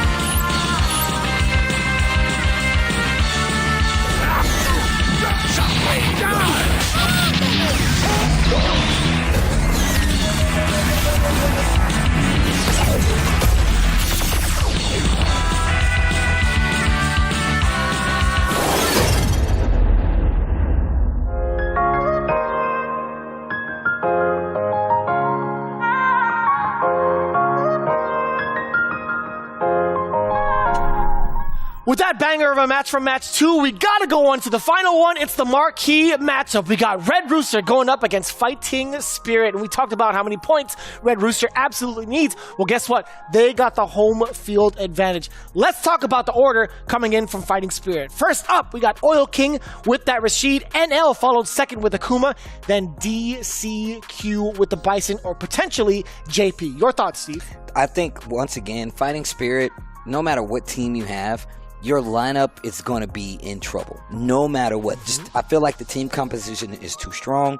You do have Oil King going up first, but who do you send from Red Rooster to deal with Oil King? If I had to say anything, and we need these points, I'm going to say we send our Ed. I'm going to say we send Ajax. Yeah. Ajax is, I feel like he sets the tone really well. I feel like he makes you play a very, very conscious game. And I think versus Rashid, keeping him in control is probably the hardest thing you're going to be able, the hardest thing to do in that matchup. I say we send up our Ed to take care of Oil King. Not going to be easy still, but if you're fighting Oil King first, I feel like the team's kind of morale kind of goes around him. Take him out first, not only in game, but in morale, and then you deal with what comes after, which is NL. And that's a lot. So here's the thing. If I didn't want Ed to be first, which I kind of agree with too, by the way, if I really wanted to take out the main threat, which have been like NL and DCQ, and they've been talked about a lot in some of these interviews, I might want Ed for those occasions, to be honest with you. However, there's been a lot of matches where we've seen other characters face off against Rashid pretty decently, more so the one that kind of crosses my mind the most, and I will say this a lot, Cream City Convergence. Yeah. What if you put a Brutus up there up front? I think that's scary. Versus Rashid? Yeah. That's crazy. Yeah. I think, sorry, I can't, look, you're going down a path I can't follow. I would not throw Brutus to the wind like that. I wouldn't do that to him. What if it's, maybe he surpasses the win. But listen, he's able to like flex against the turbulent you have winds. NL coming up next. Why don't you give that to Brutus? That's a one mistake, you die game. NL has played that game before, and he's slowed it down ridiculously. Like, I think we've seen that from the very second week, right? Yeah. We saw NL face off against Brutus, and it was absolute destruction because NL was able to slow that pace down to a T. He did it so well. So I wouldn't want to see that run back again, to be honest with you. Forgive me. No. You're big chilling for sure. However, DCQ, he's hard to even think about who to throw in there. They already threw Ajax, and that was a 3-0 sweep. DCQ. I'm gonna tell you right now, there's no team where I'm like, yeah, just send this person versus DC. I'm never comfortable. I will never be comfortable sending somebody up there versus DCQ. The dude is just too clutch. He's just made of clutch. Man. He's made of clutch. But that says a lot going into this next game. However, we do have an interview with Red Rooster's Uriel Valerio coming up. Let's see what he has to say. I'm with Team Red Roosters, Uriel Valerio. What's going on with you, bro? You like the pronunciation? Very good. Very good? Very good. Come on, big Nice. little culture out here in these streets. I know a thing or two. Now that said, so far on Street Fighter League, looking at these standings, you guys have not had the best start. You're at 40 points at the bottom. How do you feel about your season so far? Pues en general, simplemente unas cuantas interacciones de mala suerte, unas decisiones de repente que tomamos un poquito mal, pero en general estamos dispuestos a seguir dando lo mejor de nosotros, dar un buen espectáculo y aumentar ese puntaje porque eso no se va a quedar así. So what Uriel just said is that regarding the season, or our points so far, is that we've been a little bit unlucky with certain interactions and matchups, and he also maybe a few decisions on order being away that might have affected, but he feels that overall that the team hasn't lost its spirit, like everybody's still centered and focused to get the W, and he says the same thing, that there are more matches to play and that's not going to stay like that. Okay, love that energy. So I gotta ask you, of course, this is your first time here on Street Fighter League. How has your experience in general been? A lot of times people level up at Street Fighter League. Have you been experiencing that? Pues siempre la experiencia de jugar con jugadores profesionales, jugadores buenos, es muy buena. La verdad para mí siempre es un honor estar en estos escenarios, estar jugando con ellos, poder aprender de ellos, que también ellos aprenden de mí. Y creo que esto aumenta muchísimo el nivel de todos en general, porque todos aprendemos de todos y en general la experiencia con todos es muy buena, porque todos, la comunicación con todos es buenísima en cuestión de juego, diversión, chistes, etcétera. Todos aprendemos de todos y como siempre son muy buenas experiencias estar aquí. So what he says is that the experience so far has been very unique. He likes it, the fact that he's been able to be in the same place with professional players or players that he's followed or seen in tournaments or interacted with in tournaments, but the fact that he gets to learn more playing with them as well as they learn from him playing him. And he says that overall, he likes how this environment is and the fact that it's not just the competitive side and that you learn and you compete, but he also likes the atmosphere, like the camaraderie between the teams, the joking, because obviously he says that it's been, aside from being serious and competitive, it's been really fun. So he says that I've managed to joke and like have a good time with the other teams, just joking between matches, or if you see something random happen, it's a nice joke or whatever. So he says that the experience overall, he loves it, and he hopes to be part of it in upcoming. Audio, absolutely a bright light here at Street Fighter League in his first season. We've seen him at Cup. Now we're seeing him on the team stage. Audio, best of luck with the rest of your season. Coming out of that, Audio Valorio still has a lot of hope for his team, as he should, with this experience. Him being the rookie in Street Fighter League, he still has teammates around him to kind of help him out and get this game going. Brutus as well, one of the big rookies coming into Street Fighter League. I'm kind of curious to see how he's going to prove his worth going forward. Though at the deficit, there's still plenty of games left to play. Yeah, I mean, look, obviously Red Rooster is very much in a dire spot when it comes to Street Fighter League, so you know this is going to mean a lot, especially on the second half of the season. However, Fighting Spirit has been making a constant climb and a volley to be number one. We have an interview with Zien. Hollywood Rob, take it away. I'm here with Team Fighting Spirits, Xian. What's going on, bro? Good. Stuff is very good for you guys right now, huh? Atop the leaderboards in first place. How would you describe your season so far? I think it's been a lot of up and downs. We start off really downwards again, and we have never been in this position before, at least not in the mid or the starting stages. We are always very low, on the rankings, so it feels pretty good for now. What year was it when you guys won Street Fighter League US? Was it 2022? Yes, and that year we are actually one match away from not even qualifying. For the playoffs? Yes, so it actually was pretty intense. It always really intense, when we are here. I remember that actually. Okay, so now, with things being so much different, does this feel anything like that team? Like, does this feel like you have the same energy where you guys might win it all? Of course, we hope to win it all. Just being right here, being in this position, it totally just takes off a lot of the stress compared to where we are before. So the feeling is amazing, let's say. So I noticed with NL, man, like NL, of course, DCQ as well. DCQ is playing out of his mind. We've seen him do that before. We've seen NL play ridiculous too. But normally he's sweating up a storm. He's, it seems like he's breathing super hard and all that. This time he seems so calm. What's the difference? I think we came to SFL so many times, and he also has his journey of up and downs right here.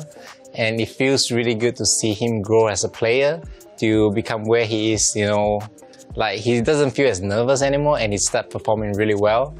And having DCQ on the back along with the NL, coming the big brother and the second brother of the team, is actually really, a very comfortable position to be at, having such a good support system. Shin, a lot of these other teams, I feel like they're kind of like friends coming together. But when you've been at Street Fighter League with the same team over and over again, I think at some point it becomes family. And right now, that first place spot is a family affair. My man Shin, congratulations on a great season so far, and good luck with the rest of it. Thank you.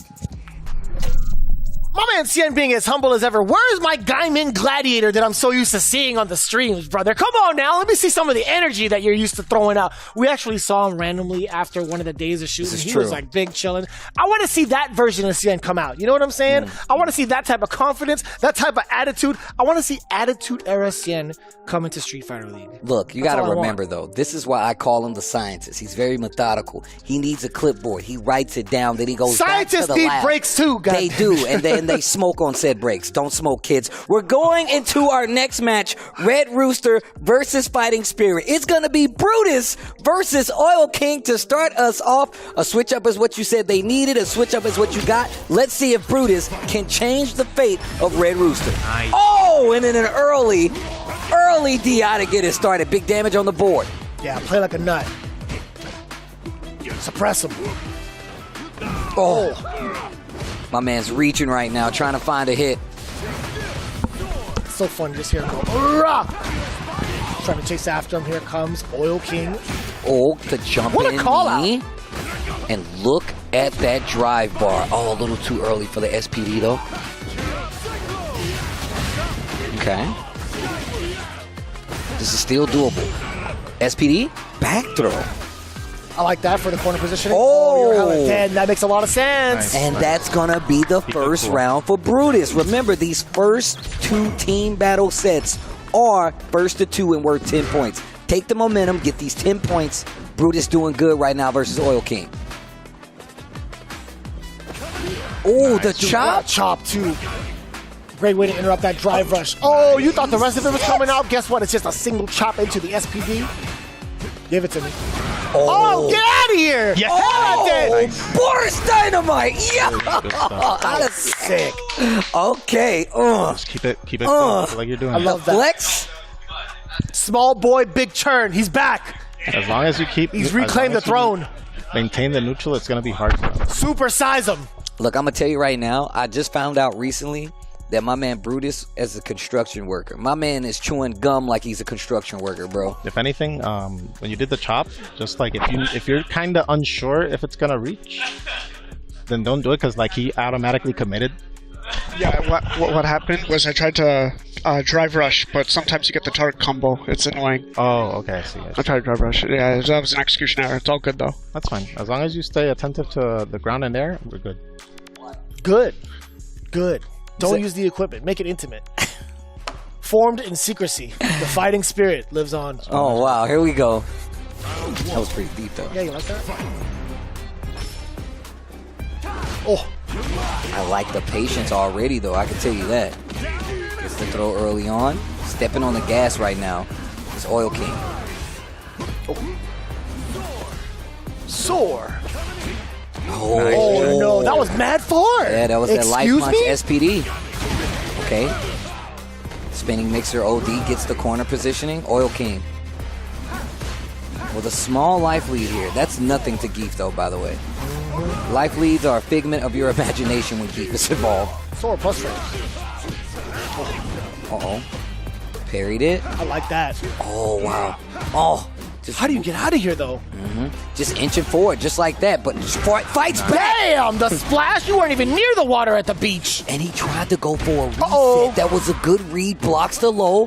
What are you going to do with it, though? Brutus has a chance right now with the last second DI. That's the round. OD, SPD, we're going for a ride. Good night. Nice. Brutus with another one. One more point. That's a 10-point lead in this team battle already if Brutus can close this out. Counter hit confirm.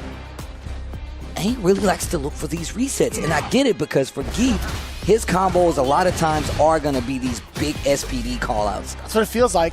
You know, he found a lot of success with that with MenaRd. He's kind of taken to that playstyle as well. Brutus has been kind of like taking notes, I feel like. Very similar in terms of the pacing that he's played to MenaRd. And I feel like, look, I've been playing fighting games for a long time. There's not a lot of times where you get these super mobile grapplers, right? Geef potentially one of the OGs when it comes to it. You can tell if he gets you one time with the scoop, you're going to be in trouble. And right now, level 3 is on deck for Zangief. This game could be over with a poke and a super move. It could be. One of the things you did notice that on top of level 3, I think he's saving it majority to kind of like threaten against Oil King if he tries to throw the fireball. Level 2 is such a great way to get past that. With level 2 coming out instead from the side of Rashid, the parries. I'll take all of this. You can flex as much as you want to. It's fine because there was the enhancement. Get off of me! So perfect. The big boot to build some space. Zangief.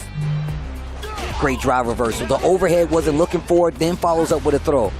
Only one bar on the side of Oil King right now, though. And still the 3 sitting pretty right now. And you know Oil King is definitely holding up no matter what. Sorry, just a regular whirlwind, couple of whirlwind shots. 10 seconds left on the clock. He tried to armor through. What's he? What?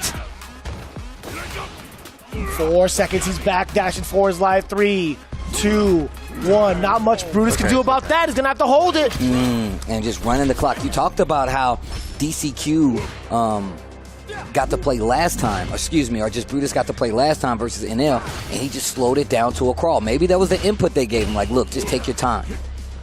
Don't rush in and put yourself in a situation you can't get out of. The clock, a situation you can't get out of. You gotta hold those. Opens him up with the short. After the drive rush, gets the punish counter throw as well. Attack parry, another back-to-back throw coming in, level 2, build up just enough. What are you gonna do about this? Force him to the corner. Plus frames on top of that. He dashed forward and did what? Oh. Ain't no way. That's not working out. I actually thought that was gonna work. Oil King had the read against it too. He backdashed and immediately jumped out. What a good call from Oil King. Spinning mixer OD. This is not going the way Brutus needed the second one to go, but still a sign of life. Couple of the whirlwind shots to stave him off. Oh, got the hit. Didn't believe. Gets the knockdown. Gets the SPD. That's a big one. Oh! We saw this before. He took Mena's book and hits him with the call out. Brutus on the brink of defeat steals another game. That is 20 points on the side of Red Rooster. The army is getting started. 10 points. Excuse me. 10 points. I feel, you know what? No, we're going to change the rules. If you get a read like that with level 1 and that's your first win ever, that's 20 points. Put it on the board. No, I'm totally kidding. But Brutus finally getting his big W. The rest of the teammates ecstatic about that. And 2, Brutus. And 2. Part of the team now. Get your 10 points. Sit on down, big fella. That was great. That is an important victory on the side of Red Rooster. Maybe the things are changing in their favor. NL going up. And guess who is sitting down? You got Mr. Ajax Fidelita coming up. Matchup number 2 now underway. NL to take some of the points back away from Red Rooster. Ajax Fidelita is coming in with his Ed to see if he can continue the streak for the Red Roosters. Yep, it started early with Brutus. Let's see if we head to this middle match if Ajax can take out NL. If so, big changes across the board. Looking for a jump in. We've seen how successful he could be with some of these jump ins. Oh, nice. Damn. That's going to be big damage. That's going to be Oki, the corner carry, jump back jab to keep the pressure. Up until this point, NL still able to swing upon landing. I like the test right there from that range. Oof, red fireball on top of it. I like the mixture. I love how they made it a charge move instead. Instead of just a different input. Bro, it's like lava dripping off that bad boy when he shoots it too. Yeah? I thought it was horn. Ugh. OD blitz. Back throw. I like that. That was a counter hit too. Saw NL trying to press a button upon wake up. Harassing with the tick throw. No, sir. The big tech from NL. Damn, at the jump reset. Are we going to get the Empyrean's end? No, Besatz is going to be that. Yeah. More than enough damage. Yeah, that's a big ball. For sure. Go Hado. Oh, big jump in. You're mine. You're mine. Stop jumping on me. Oh, I said stop it. Oh, backdash. Oh. Damn, that was a reversal? Adamant fist? Nice. Oh, sniping the legs. Don't you do it. Keep your legs to yourself. Stay seated.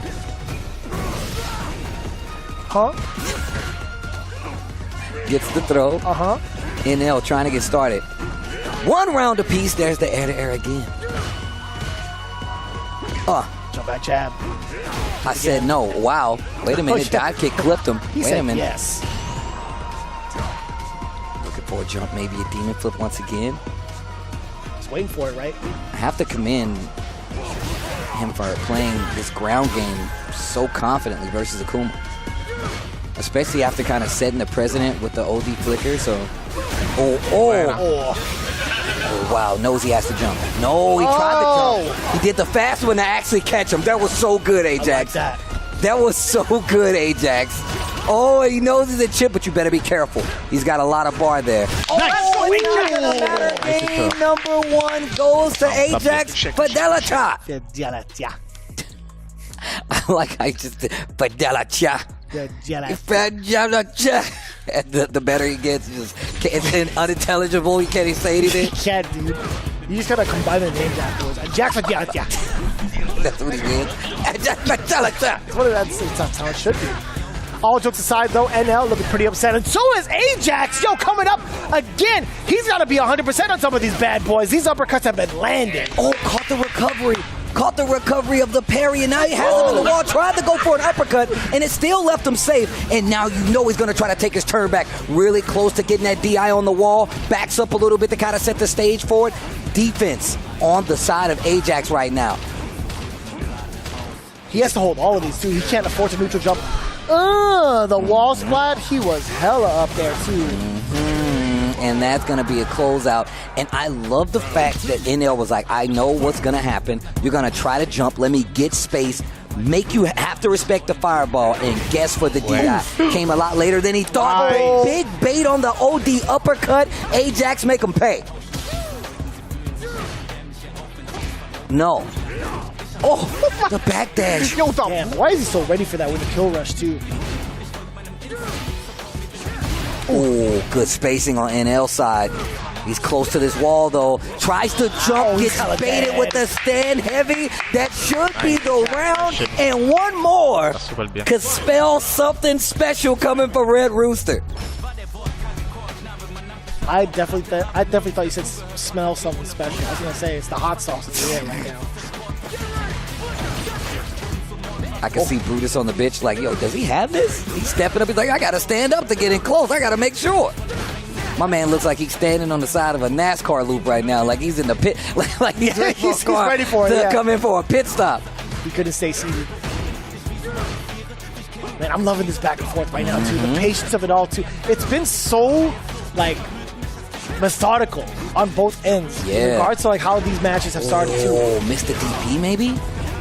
Level 3 is there on both sides, though. Okay. Calls out the overhead with a parry. Nice backdash. Almost got Ajax in trouble. But look at how he's contesting every button now. Overhead. You need to really be careful. My man really does like to do Raging Demon. Oh, level 3's there. No, goes for the Demon Flip Mix DI. Whoa, trying to get these parries stacked up. Knows that he's in burnout, but those fireballs looking really good on the side of Akuma.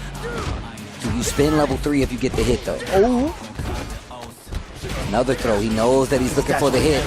OD! What a risk to take. NL reaping all of the rewards, too. Man, that was actually kind of scary. I wonder if he could have died off of that. If it was blocked. I mean, he had like maybe like 65%, right? It could have been like a big slew of like hard kick combos coming in from Ajax with the amount of drive gauge that he had. Who knows? I just realized I think he could have killed, though. I think he could have killed. He had level 3. He had nice amount of drive, but can't remember what that life bar looked like on Akuma's side. Where's Javits when you need him, man? Right? He would have definitely been like, yeah, well, there's definitely this combo contest that I had that actually kills Akuma with like 65%. I'm like, all right, bro. Javits, once you watch this, I want you to go to this exact scenario and show me the combo that would have killed. I believe in you. Oh, dude, how many times, man? Upon wake up specifically. I think he's 100% on wake up. Maybe. Jump. I love how he gets into this range and he kind of mixes up the jump scenario. Uh-oh. Big damage right there. Not even a lot of meter used. Gets the hit. Maybe kick Tatsu. We've seen the setups. Damn! NL is figured it out, brother. The way that he's throwing some of these counter pokes and his spacing, he's catching Ajax overcommitting. Oh, that was so sick. But it didn't lead to anything. What was that roundhouse, though? Oh, perfect parry. Even flip? No, just drive rush this time. The legs exposed. Goes for the low overhead block this time. Interrupt. Level 2. You're mine. Oh, tries to go for the throw. Level 3 is still right there for NL and Akuma. We've seen these instances before. Landon, that was a counter hit too. Drops his opportunity. NL can still take it back though. At a slight deficit, both in the life and in the drive gauge. If NL gets a hit, he can definitely do a combo to get the kill. Level 3 is right there. Not gonna drop it. NL with a giant rebuttal from what looked like incomplete control from Ajax. Yeah. It's gonna be NL 2 games to 1 from Ajax. Really well played, really great adjustments. And that dive kick is deceptive, man. You can go into any version of the Demon Raid, different angles, different approaches. Same can be applied with the dive kick ender. Now, let's see who goes up last for the Red Rooster Army. Let's see who it's going to be. Great rebuttal, though, for Fighting Spirit. Once again, like I said, you can never count them out. Oh, man, we're setting up something nice. Uriel Valerio coming up. I like that. I like that a lot. This is good. I like this. We talked about this before. Putting Uriel in the anchor spot would be a great deal, especially if you have that type of decision making in either away or the home side, to be honest with you. I think his choice of having a meta character is always going to be a strong one, but more importantly, his decision making as Ken has been so hard to keep up with. He's thrown a lot of people off guard and gotten some big W's with it as well. As we get into the third and final battle for Red Rooster versus Fighting Spirit. Yes, sir. 10 points on both sides. Brutus coming through. NL coming through for Fighting Spirit. Now we have DCQ versus Uriel Valerio. You know what Valerio means? No. Funeral. Are you lying? I don't think I'm lying. You're not a lying type, so I'm not gonna a lying believe you. type. I wouldn't lie to you. Not intentionally anyway. I could be wrong, but I wouldn't lie to you. All right, but here we go. Okay. We're keeping that in there. 100%. All right. Uriel Funeral is coming up next. It rhymes, bro. Sure. Going into a Ken versus Bison anchor match. This is live. Here we go. Yes. I would not be surprised at how Uriel plays this and if we can get a surprise victory on the side of Red Rooster. Opening them up with the shorts, but we've seen some crazy adjustments from DCQ in many a match. Oh my God. Jesus. Peep the damage. You went for the hard stuff. Oh, is that a P? That's a perfect. You heard the announcer. Even the elephant popped off like, perfect? What? We like that. Let me see you push a P. Oh. Interruption 2 against the drive rush. Steve, are you okay? Bust the wolf. That was good. That was pretty good. Knockdown. Hold the mine. Bomb planted. Oh, the DI. What a call out. Damn. Attack on drive bar. Knowledge checked is what that was. You don't see that too often. You don't see a lot of Bison players try to even do that at higher level. Let's get it. This is really your character. That's my guy, bro. I rock with Mr. Masters. Both in burnout. Level 3 on the table for both. You get the proper hit, and I'm telling you, Uriel was ready with the level 3 trade combo. Drag the fist, start the fire, kill him. Not dead. Oh, he's not dead yet. Okay, but you gotta be quicker than that. You got drive gauge coming back up. The chip is imminent. Ken, do you have it like that? You sure do. You can't run twice. Ain't no way. Oh, man. Has Ken Masters ever been broke by lore? Are you nervous? No, right? No, up until now. No. He's gonna switch. He's scared. I know, man. He's Not got saying nothing I to lose switched. now. That was bad. He's got nothing to lose, bro. Oh, the JP's coming out. JP. Here we go. Come on. Round 1. We've seen these kind of switch-ups before coming in from DCQ, and they've honestly been benefiting him as if he was just playing Season 1 version. He's been getting so many big plays off of his character. The thing is that, like, and I've been saying this ever since Street Fighter V when I saw Uriel play. He is my favorite Ken player to watch. Like, he's just so good. I feel like he embodies the spirit of Ken. And just how anxious he kind of plays and makes the opponent plays, but always ready for the exchange. I love that about him. But the JP might change the forecast for what he wants to do in this last game here to get some points on the board. Chipping away, and he still spent it. Had to do it. Oh, I thought he was going to clear it. Why does he have a combo for this? DCQ. Nah, I feel you though. So the understanding is like maybe he was anticipating the fireball, wanted to get, get there first before JP even got started. I understand that. Trying to be 2 steps ahead, a little overeager on that one though.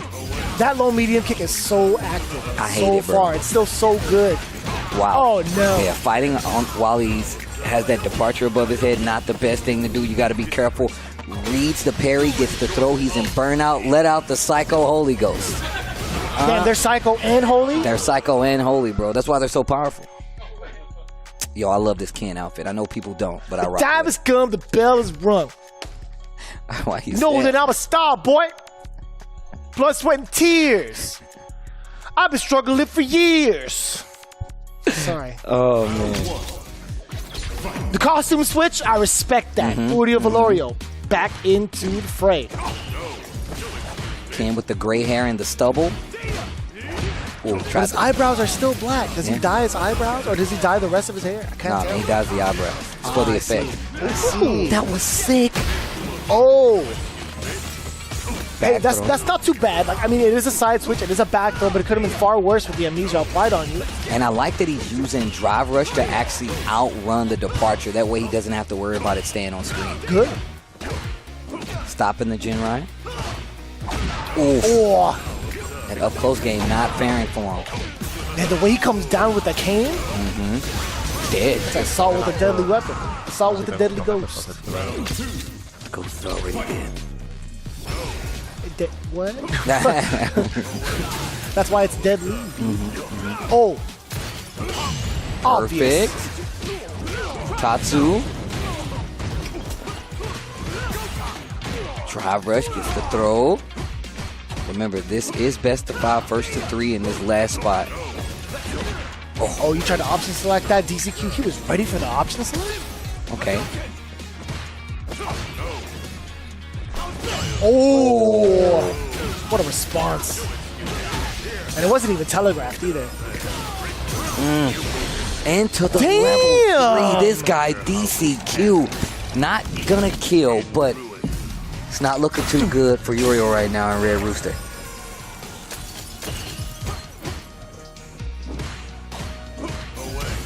These normals, he's got such good range on his normals. He really does too. And it's so intimidating too because he's so close to burnout. On his counter. How smart. And it's so difficult. Oh! Gets the knockdown. Tries to open him up with the low. Oh, it's not gonna work, and he answers back with the DI. DCQ with the IQ. Here we go. After the assessment, a little bit of talks coming in for the captain too. DCQ did get the big W, sitting at 2-1 against Uriel Valorio. Anti-air on deck still. Stronger, more so than ever, the most recent Terry patch. Ooh, you talked about that earlier, right? The drive rush past the ghost. Doesn't even want to make an introduction. And the departure too. And I like how DCQ is switching it up and making sure he's just a bit past mid-screen before he sets up that departure. He's got level 1. If he chooses, he doesn't even need the level 1. Oh my gosh. This guy's a wizard. He's a wizard. Dying wizard. Oh god.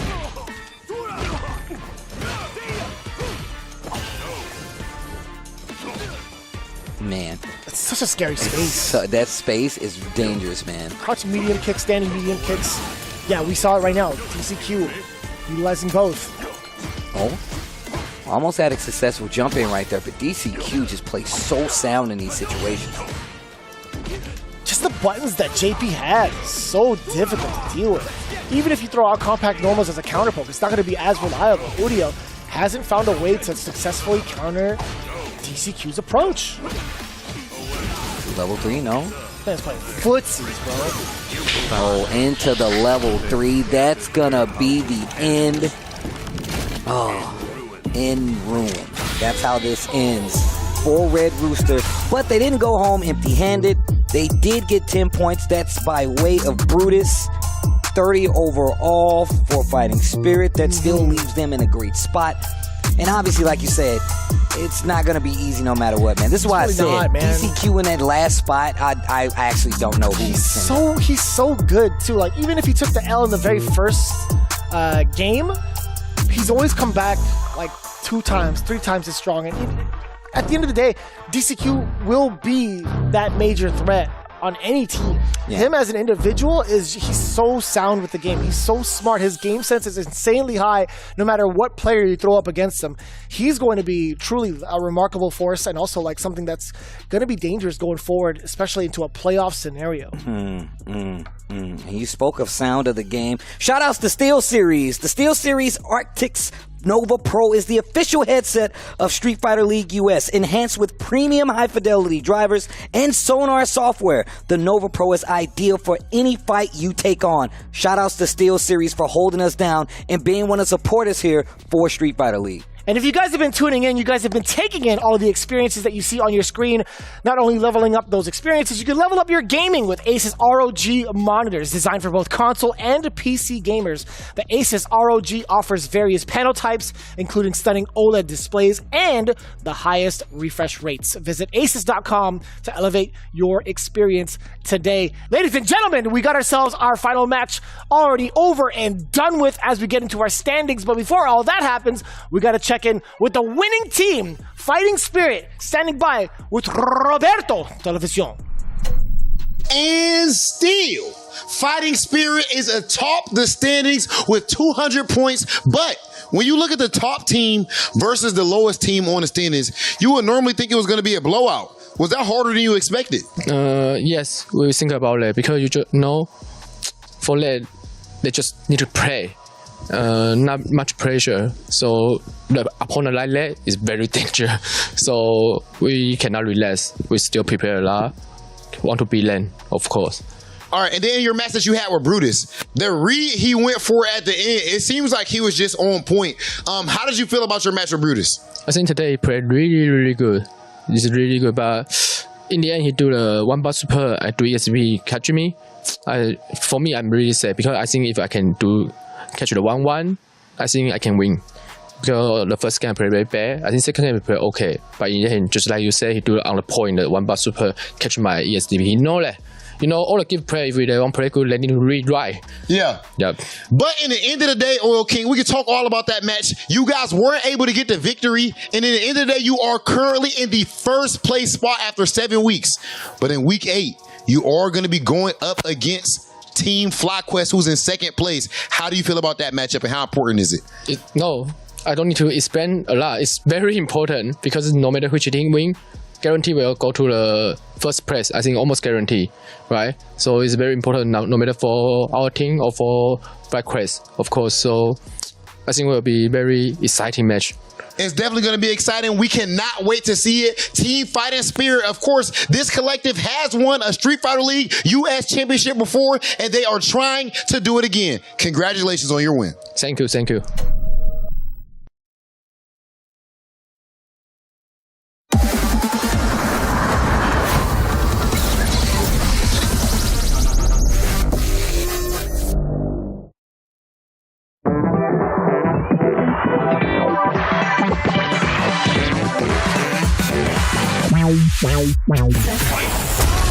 Yeah, come on. Everybody come alive real quick. Battle of the strong, survival of the fit. Take your best shot.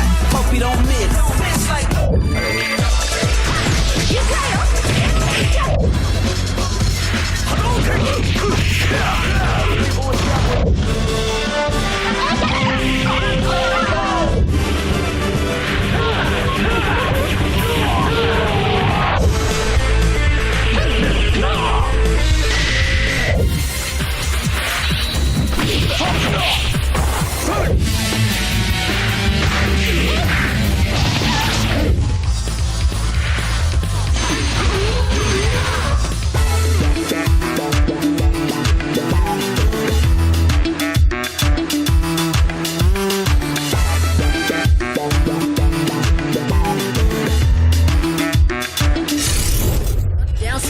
combo. I ain't never scared, never quitting is the motto.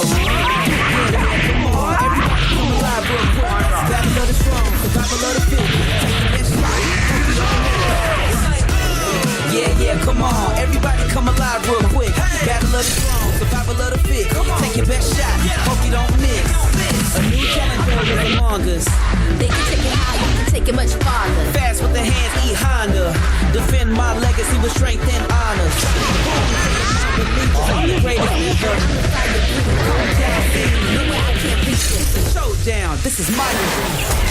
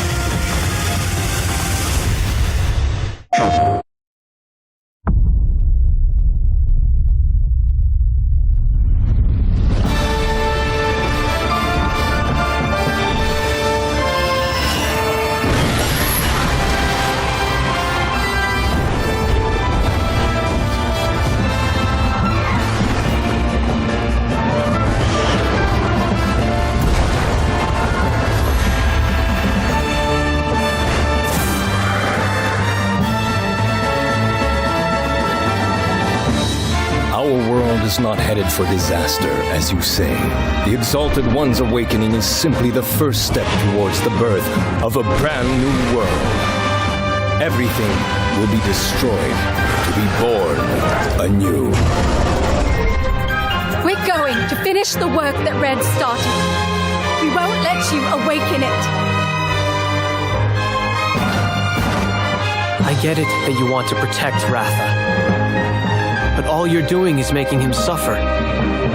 Ratha here is the one paying the price for your selfish obsession with the Nergigante. Let's go, Rathi! Fire! It may be impossible to save the world without Ratha's help. Bonds of friendship between riders and hunters. Looks like the children really are our future. Sukino! Understood! I won't miss!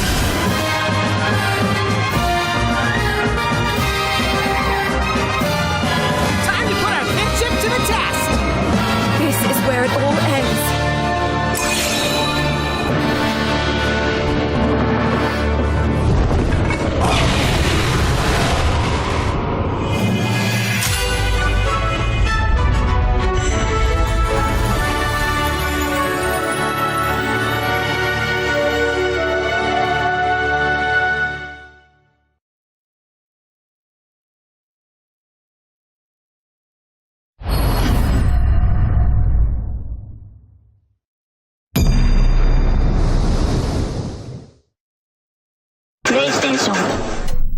Welcome back to week 7 of Street Fighter League. Team Red Rooster. They just put up a valiant effort against Fighting Spirit, but at the end of the day, the big dogs were just too much for them. What a week. Man, look, it's been ridiculous this week. It also shaked up the standings quite a bit. Let's get into it. We're going to start from the bottom. Red Rooster has not woken up just yet. Shopify Rebellion, however, 120 points sitting in 5th place. Bandits at 140 points in 4th place. Cloud9, 170 points sitting at 3rd place. Not far ahead though, FlyQuest with 190 points. And even not further ahead, that's not a thing, 200 points for Fighting Spirit to round out 1st place here at the end of week 7 Street Fighter League. Just as you were all over the place with the rankings, I totally understand it. Well, guess what? We had that exact same results with the other matches. Going in with the first one, Shopify versus FlyQuest, they fell short by just 5 points. But it was still a pretty solid showing. Shopify were the ones to get the first 2 games by throwing in Do and Dual Kevin up first. That was actually kind of crazy. That was very interesting, but I think the reason that happened, you remember, we talked to Do before this season for the Street Fighter League roster reveal. They said Sayff is here to be the punk Slayer. That is Sayff's job. And I'm not going to lie, he almost did it. Oh, he was right there, bro. He was right there. Up 2-0 over Punk the God. right. But we seen Punk in this situation in the first week of Street Fighter League, going up against Brutus, down 0-2, and what did he do? Brought it all the way back. Here he does it again. But that was a very important 20 points for Shopify. Yeah, 100%. I mean, look, we were talking about the order coming up, and I literally was saying, hey, man, they need these points on the board. That's right. I love that they shook up their lineup, especially to throw off a team like FlyQuest, who was definitely one of the heavy-hitting teams here. Like you said before, Punk is somebody we're looking at to always take it, but he had Punk on the ropes for 2 games. Going into the next one, Cloud9 versus Bandits. This was completely unpredictable, unprecedented. All of the U's in the dictionary. 40 points to 0. Lex going up with Guile first against Zen. JB with the Rashid versus the Caba, which makes a lot of sense. But this is where I'm going to be straight up with it. Boost versus MenaRd. 3-0. Bro, honestly, and like I said, Mena for me, the most clutch player. All the superlatives or whatever, right? In the end of the day, Boost entirely outplayed him, and most importantly, I'm gonna say he's been outplaying everybody here at Street Fighter. I've been saying it. Boost the butt cheeks. He's been delivering. He is the MVP so far, and it's gonna be hard to take it away from him. The only person I can put in that same realm will be Punk because he's playing so amazing, but I'm gonna put Boost there because of surprise factor. Punk, you the Evo champ. I'm sorry, I'm gonna tax you for that. We expect you to do that. I'm gonna tax you for that.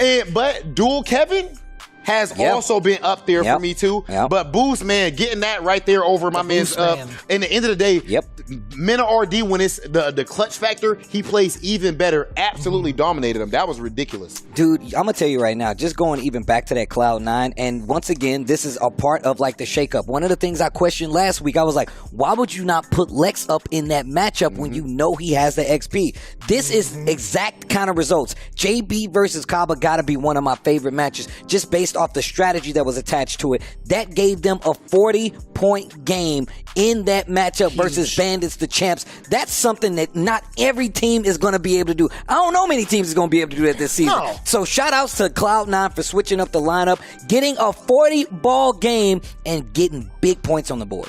Going into the next match, however, this one was actually a pretty big shakeup in my opinion. Red Rooster versus Fighting Spirit. Brutus finally getting his first game. That's what I'm talking about, young man. We were looking for you all this time, and I'm glad you showed up today. But one of the other storylines, we talked about Boost being the MVP. You know who he's lost to thus far in the league? Who's that? DCQ. DCQ, the only person so far to beat Boost through 7 weeks of Street Fighter League. Who in the world really saw this coming? I will say, my man Sayff and some of the players behind the scenes, they did expect him to do that good. Either way, though, the fact that DCQ did that, we have to remember, DCQ had an MVP run. Yeah. When he was 100%. on Team UIU. He might be doing it again this season. Might be doing it again. He might be doing it again right now. He's dropping like a quiet 45 points. You know what I'm saying? I think that's pretty much what's going on. I think maybe a little bit more than that. My man's been doing double duty. He's been getting into the anchor spot like week in, week out. Actually, back-to-back weeks thus far. That's for certain. All right, guys, as amazing as Street Fighter League has been up to this point through week 7 and will continue to be, you need to make sure you are checking out King of the World. King of the World, Craig, top flight security of the world, right here on Capcom Fighters. That's going to be held in London. If you can make it out there, make sure you watch it in person. There's nothing like the offline FGC, but Capcom Fighters, we will have all the action for you right here. That said, speaking about some action, Steve, what do we got for the people next week? Next week, we do have coming up Red Rooster going up against Bandits for the first match. For the middle course, we have Fighting Spirit versus FlyQuest. And to send us home with the main course is going to be Shopify Rebellion going up against Cloud9. That can be major waves when it comes to the standings, but we're not done just yet. Make sure you join us next week. You guys know what it is. See you guys there. Donka. He's got the tunes on Psycho, you know that's what I like. It's on his Spotify. Left a Banksy at the crime scene, bro. Whoa, the DI at the last second, but not enough life to make it count. And that is going to be the first baseman while the tornado was going crazy. Gets the hit and the confirm. Shopify Rebellion reacted in the bleachers. Oh, baited. That should be the round. That's another 10 points for Shopify Rebellion. Once again, I told you, man, they need these points. I got to say, ChrisCCH is a world-class player, one of the most dominant ones. Why he got clipped in the first place, the pre-jump frames. Oh, not close enough to get the confirm. Jumps out with the light, corner position in favor of Punk, but not in favor of the life bar. OD to get out. With the level 3 in time. Dude's got a chance. Punk's in burnout. The neutral jump to scout it. You can see it in his play. 1 round left. Up knee press nightmare. Not burnout yet, though. And look at that. Now you can't. Oh, I was going to say you can't Psycho Crusher, but now the booms. You really got to think about him. The flash kick. Now he's in burnout, though. He's still got mid-screen to him. Oh, the air.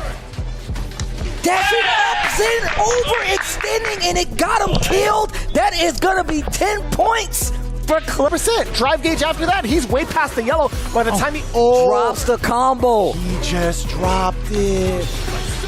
Great Desert Storm for Chip. Let's go. Oh, that's so cheap.